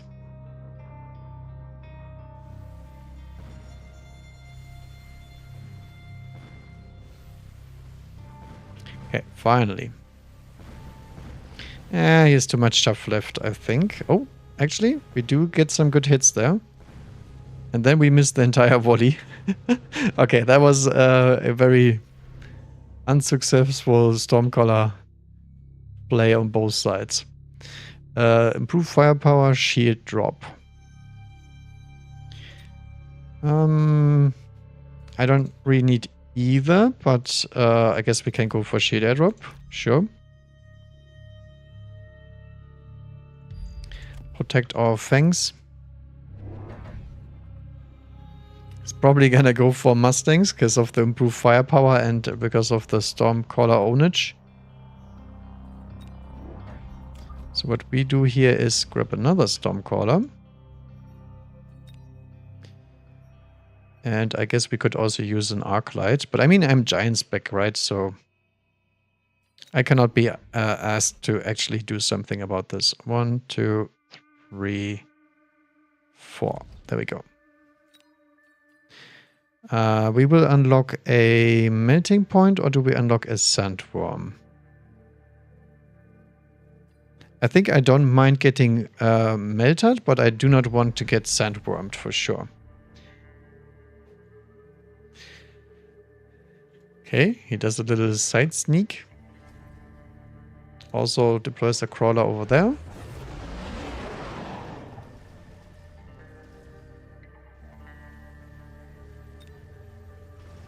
Yeah, but some Stormcrawlers still hit the spiders here. That's nice. Because it might actually kill the Void Eyes behind them. Oh, look at that Hero Fang. Can he actually stall for the Stormcrawler? No, he cannot. Okay, never mind. Never mind. It's still good enough. It's defense is defense, right? And I don't think the Void Eyes are long for this world. So the shield is safe, and we are safe, and we didn't deploy a single giant yet. Feels good, man. Alright, what's happening over here? Same thing, just more sledgehammers. Okay. Extended range fortress. Okay. These late fangs here, those are very dangerous to our Stormcrawler family here. Yeah, we can't hit these two. I think we are dead to the sledges anyway, right? Oh, maybe? No. But at least I nullify his entire side here. So my teammate may at some point recover. Yeah, we can go for marksman with the volcanoes. He can go for the wasp for sure, but do we really care? Nah, I don't. I do not. So it's a volcano on duty. Corner marksman. To snap those spiders when the time comes.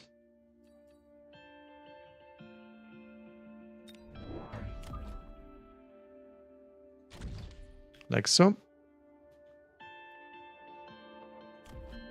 Could also missile this, but who cares? Can missile this. This is actually quite juiced.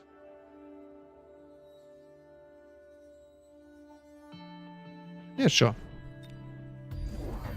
I think I like that. Do we have extended range fortress out and about? Yes, we do. But unfortunately, they will die to marksman and stormcaller. Who would have guessed? The same thing he died to every turn because he has no units and no techs and he loans. Okay, that's not good. Other side is pretty much dead. But look at this juicy missile. Oh, very nice. Yeah, he does have some phoenixes over here, so we have to be a little bit more precautious with our tower on the other side. But I mean, I already have the Vulcan on the job, so he can do next turn. We need one marksman, one Vulcan, and I think that should be all we need. Phoenixes finally start shooting at my volcano, but all the chaff is already dead, so doesn't matter. And Void Eye has too much overlap with Phoenix anyway, so it's useless. Ooh, do we get annihilated by crawlers? Not quite. Almost though. Good thing we have that one late chaff deploy. That was quite close.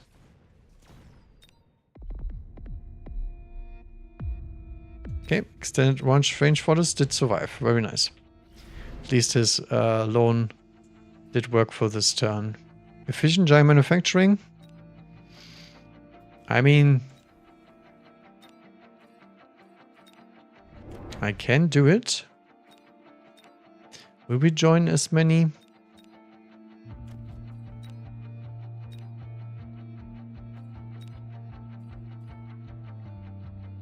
Yeah, sure. I never take this upgrade, but I guess this might be the game where we do it.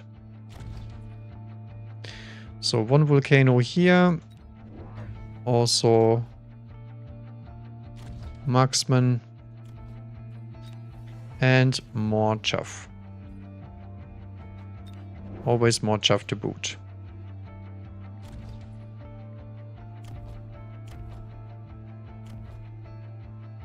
Anything else we need? No,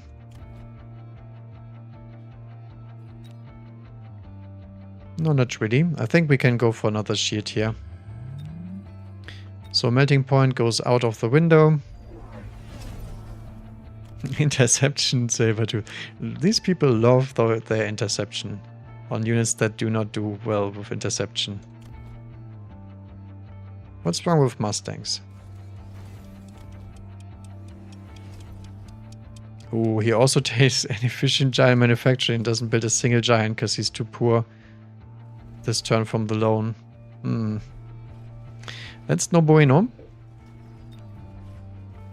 I guess the Saber Teeth gives us a reason to build some more giants. Honestly, I could do with some Raidens, because they do perform quite well into these units. But yeah.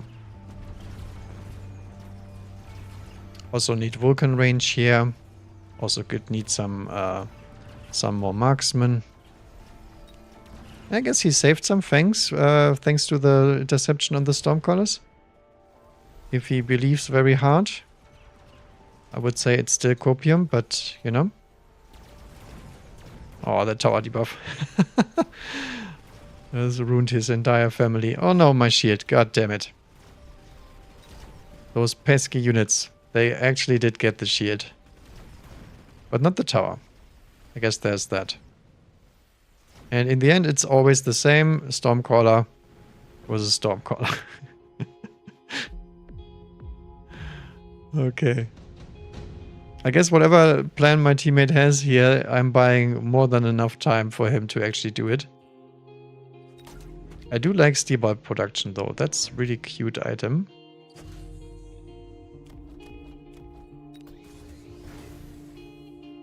Okay, so we will bust out another Titan this turn for sure. Actually, I cannot take the upgrades, right? Because I do need range on the Vulcans for sure. So range on Volcano.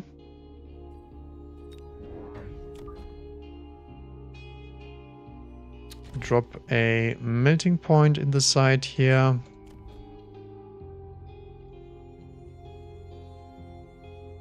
What else do we deploy? Could do another marksman most likely.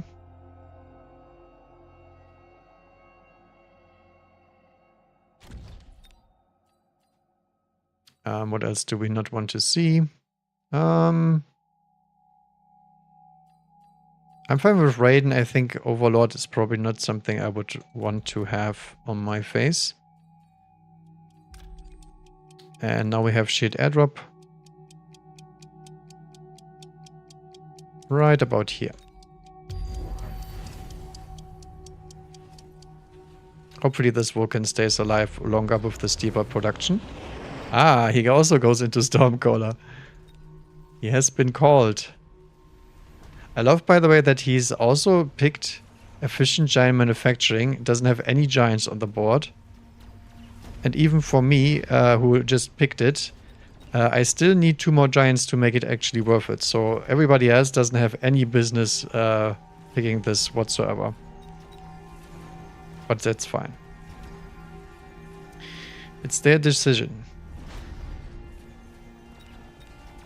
Let's not ruin their dreams with our normal reasoning and all that pesky stuff that nobody needs. If we get a second ball production item, I will actually take the balls. Ah, now we have range. Look at that. Very nice. Get those freaking Mustangs out of my face. Ah. And the Vulcan actually does kind of No, he does not win. Okay. And in the end, the bigger Stormcaller always wins. Okay, okay, okay. I see how it is. There's a bunch of air cheese that is available, and we do not need any of them, so I guess we ignore it.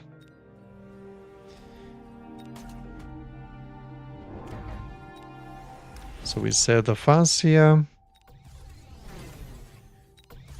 Upgrade the Volcano. Range on the Marksman.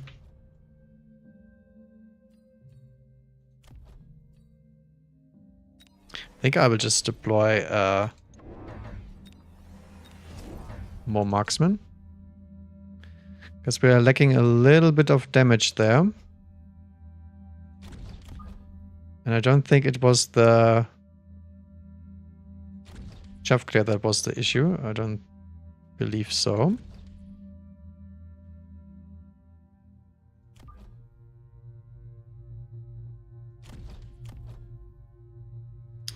Can also go for oilage if we want to.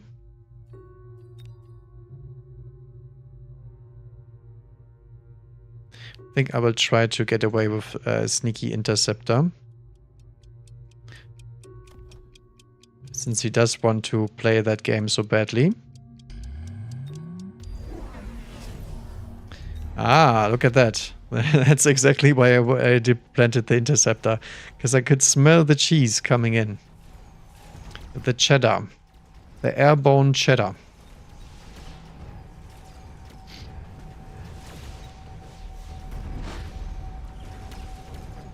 Funny thing is, I just deployed a bunch of marksmen and I outnumber his cheddar just in terms of numbers. Which means not even on a cheese turn it's good. And look at that Interceptor. That baby has done a lot of work here. Protects our giant cuddly friends. And then the army can go. Alright, does he do anything? No, opponent still beats him just because he has air. And then beats him because he has level 5 marksman on his ass. But he does have range, which is a little bit painful for us. Okay, we did get him, okay. Because I really want the XP from his marksman so we can get to scaling ours faster. Okay. Improved steel ball. Do we take that?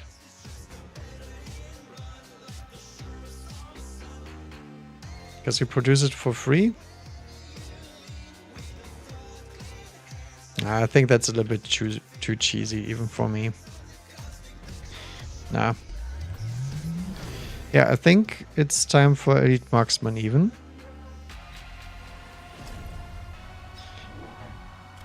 One more Volcano. And then we need plenty of fangs even on the other side in case he decides to go for some weird place.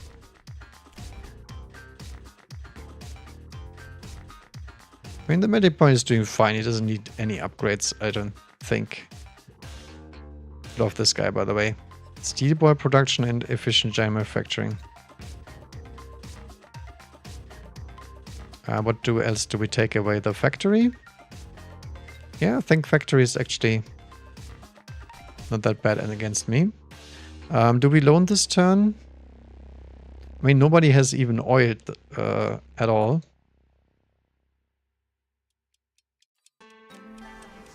I do think so, yeah.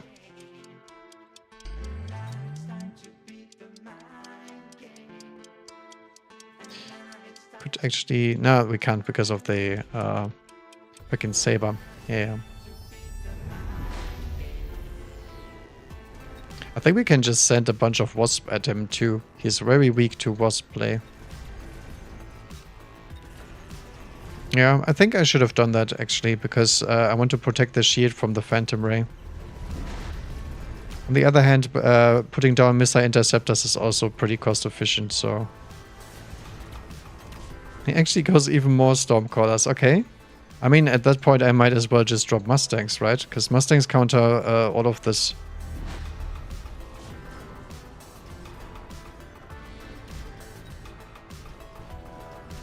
Did I get temp range? I did not. Wow.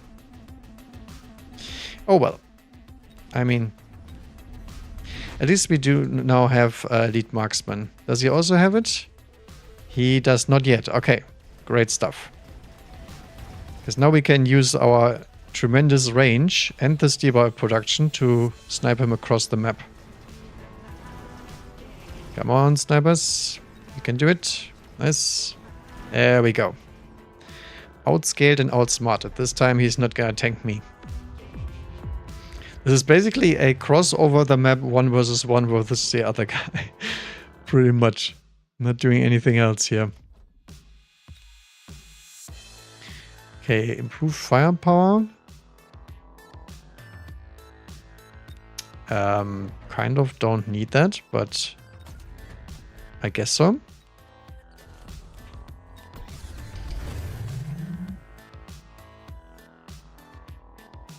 One, two, 3, 4, 5 Stormcallers. Holy smokes. That guy does enjoy his Stormcallers, that's for certain.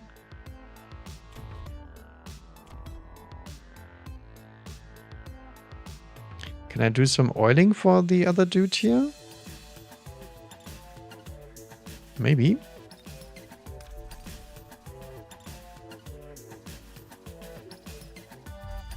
Something like that.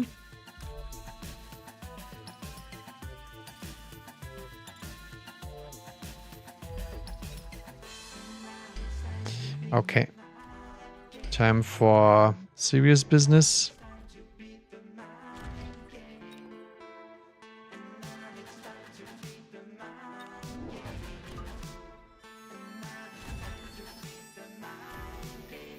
Wonder how he doesn't even kill the Vulcan on this side, actually, because he has range on the saber.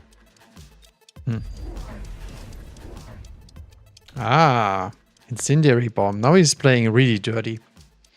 He's afraid. Okay. Guess time to counterplay that one. We already have so many interceptors, it actually doesn't really land very well, but I mean, it's good. Don't get me wrong. Also, we just sniped his Vulcan from across the map. Because why not?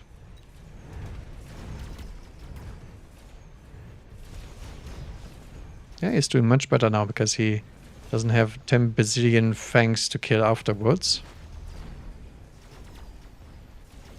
But it's still a one-turn play pretty much, because I can deploy Chuff in the middle and that's it.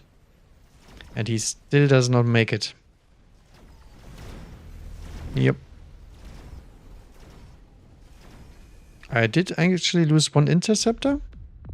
Yeah, I did. Feels bad, man. Okay, GG's. And that was supposed to be the strong guy. Interesting. Okay. Yeah, I can see here the marksman train did actually pull off what they are supposed to do, just deal a lot of damage on long range. And he was a little bit late to the party. This was just all a bunch of wonky stuff that he didn't need. Also had improved steel ball.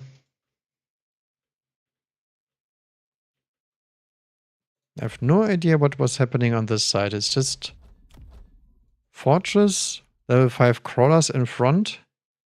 So they can die first, I guess.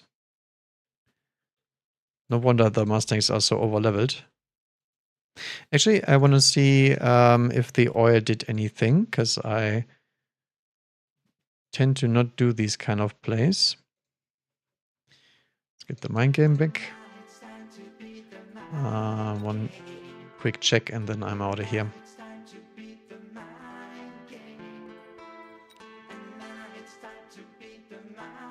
But who would have thought? As soon as I'm farther away from the ally, everything goes better because I have more time to counteract his entire army and not get wasted. immediately. All right, let's take a look.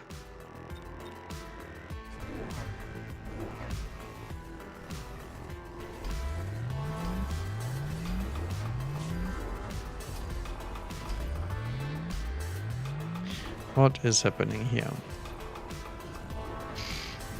Oh, there's also Phantom Rays and also statues in the back. What the hell? Oh, looks really juicy. Look at that. Nice. I guess it could have been even further in the back, but I guess it was enough to kill the one side, and then he gets to kill the other side in the tower debuff. Yeah, sure. Okay. Good play with the oil for sure. Because my side was way closer than it had to be because of that oil play. But, I mean, I didn't even need the oil in the first place. So, since he was losing pretty much every turn, that was a very good play in order to leverage our advantage. And we had enough stuff to finish anyway. It was just a one-turn thing. Okay. All right. Thank you guys for watching. I hope you did enjoy. If you did, feel free to subscribe. I'll be back streaming every week pretty much, and there's also gonna be other videos, occasional or not. And see you guys next time. Bye bye.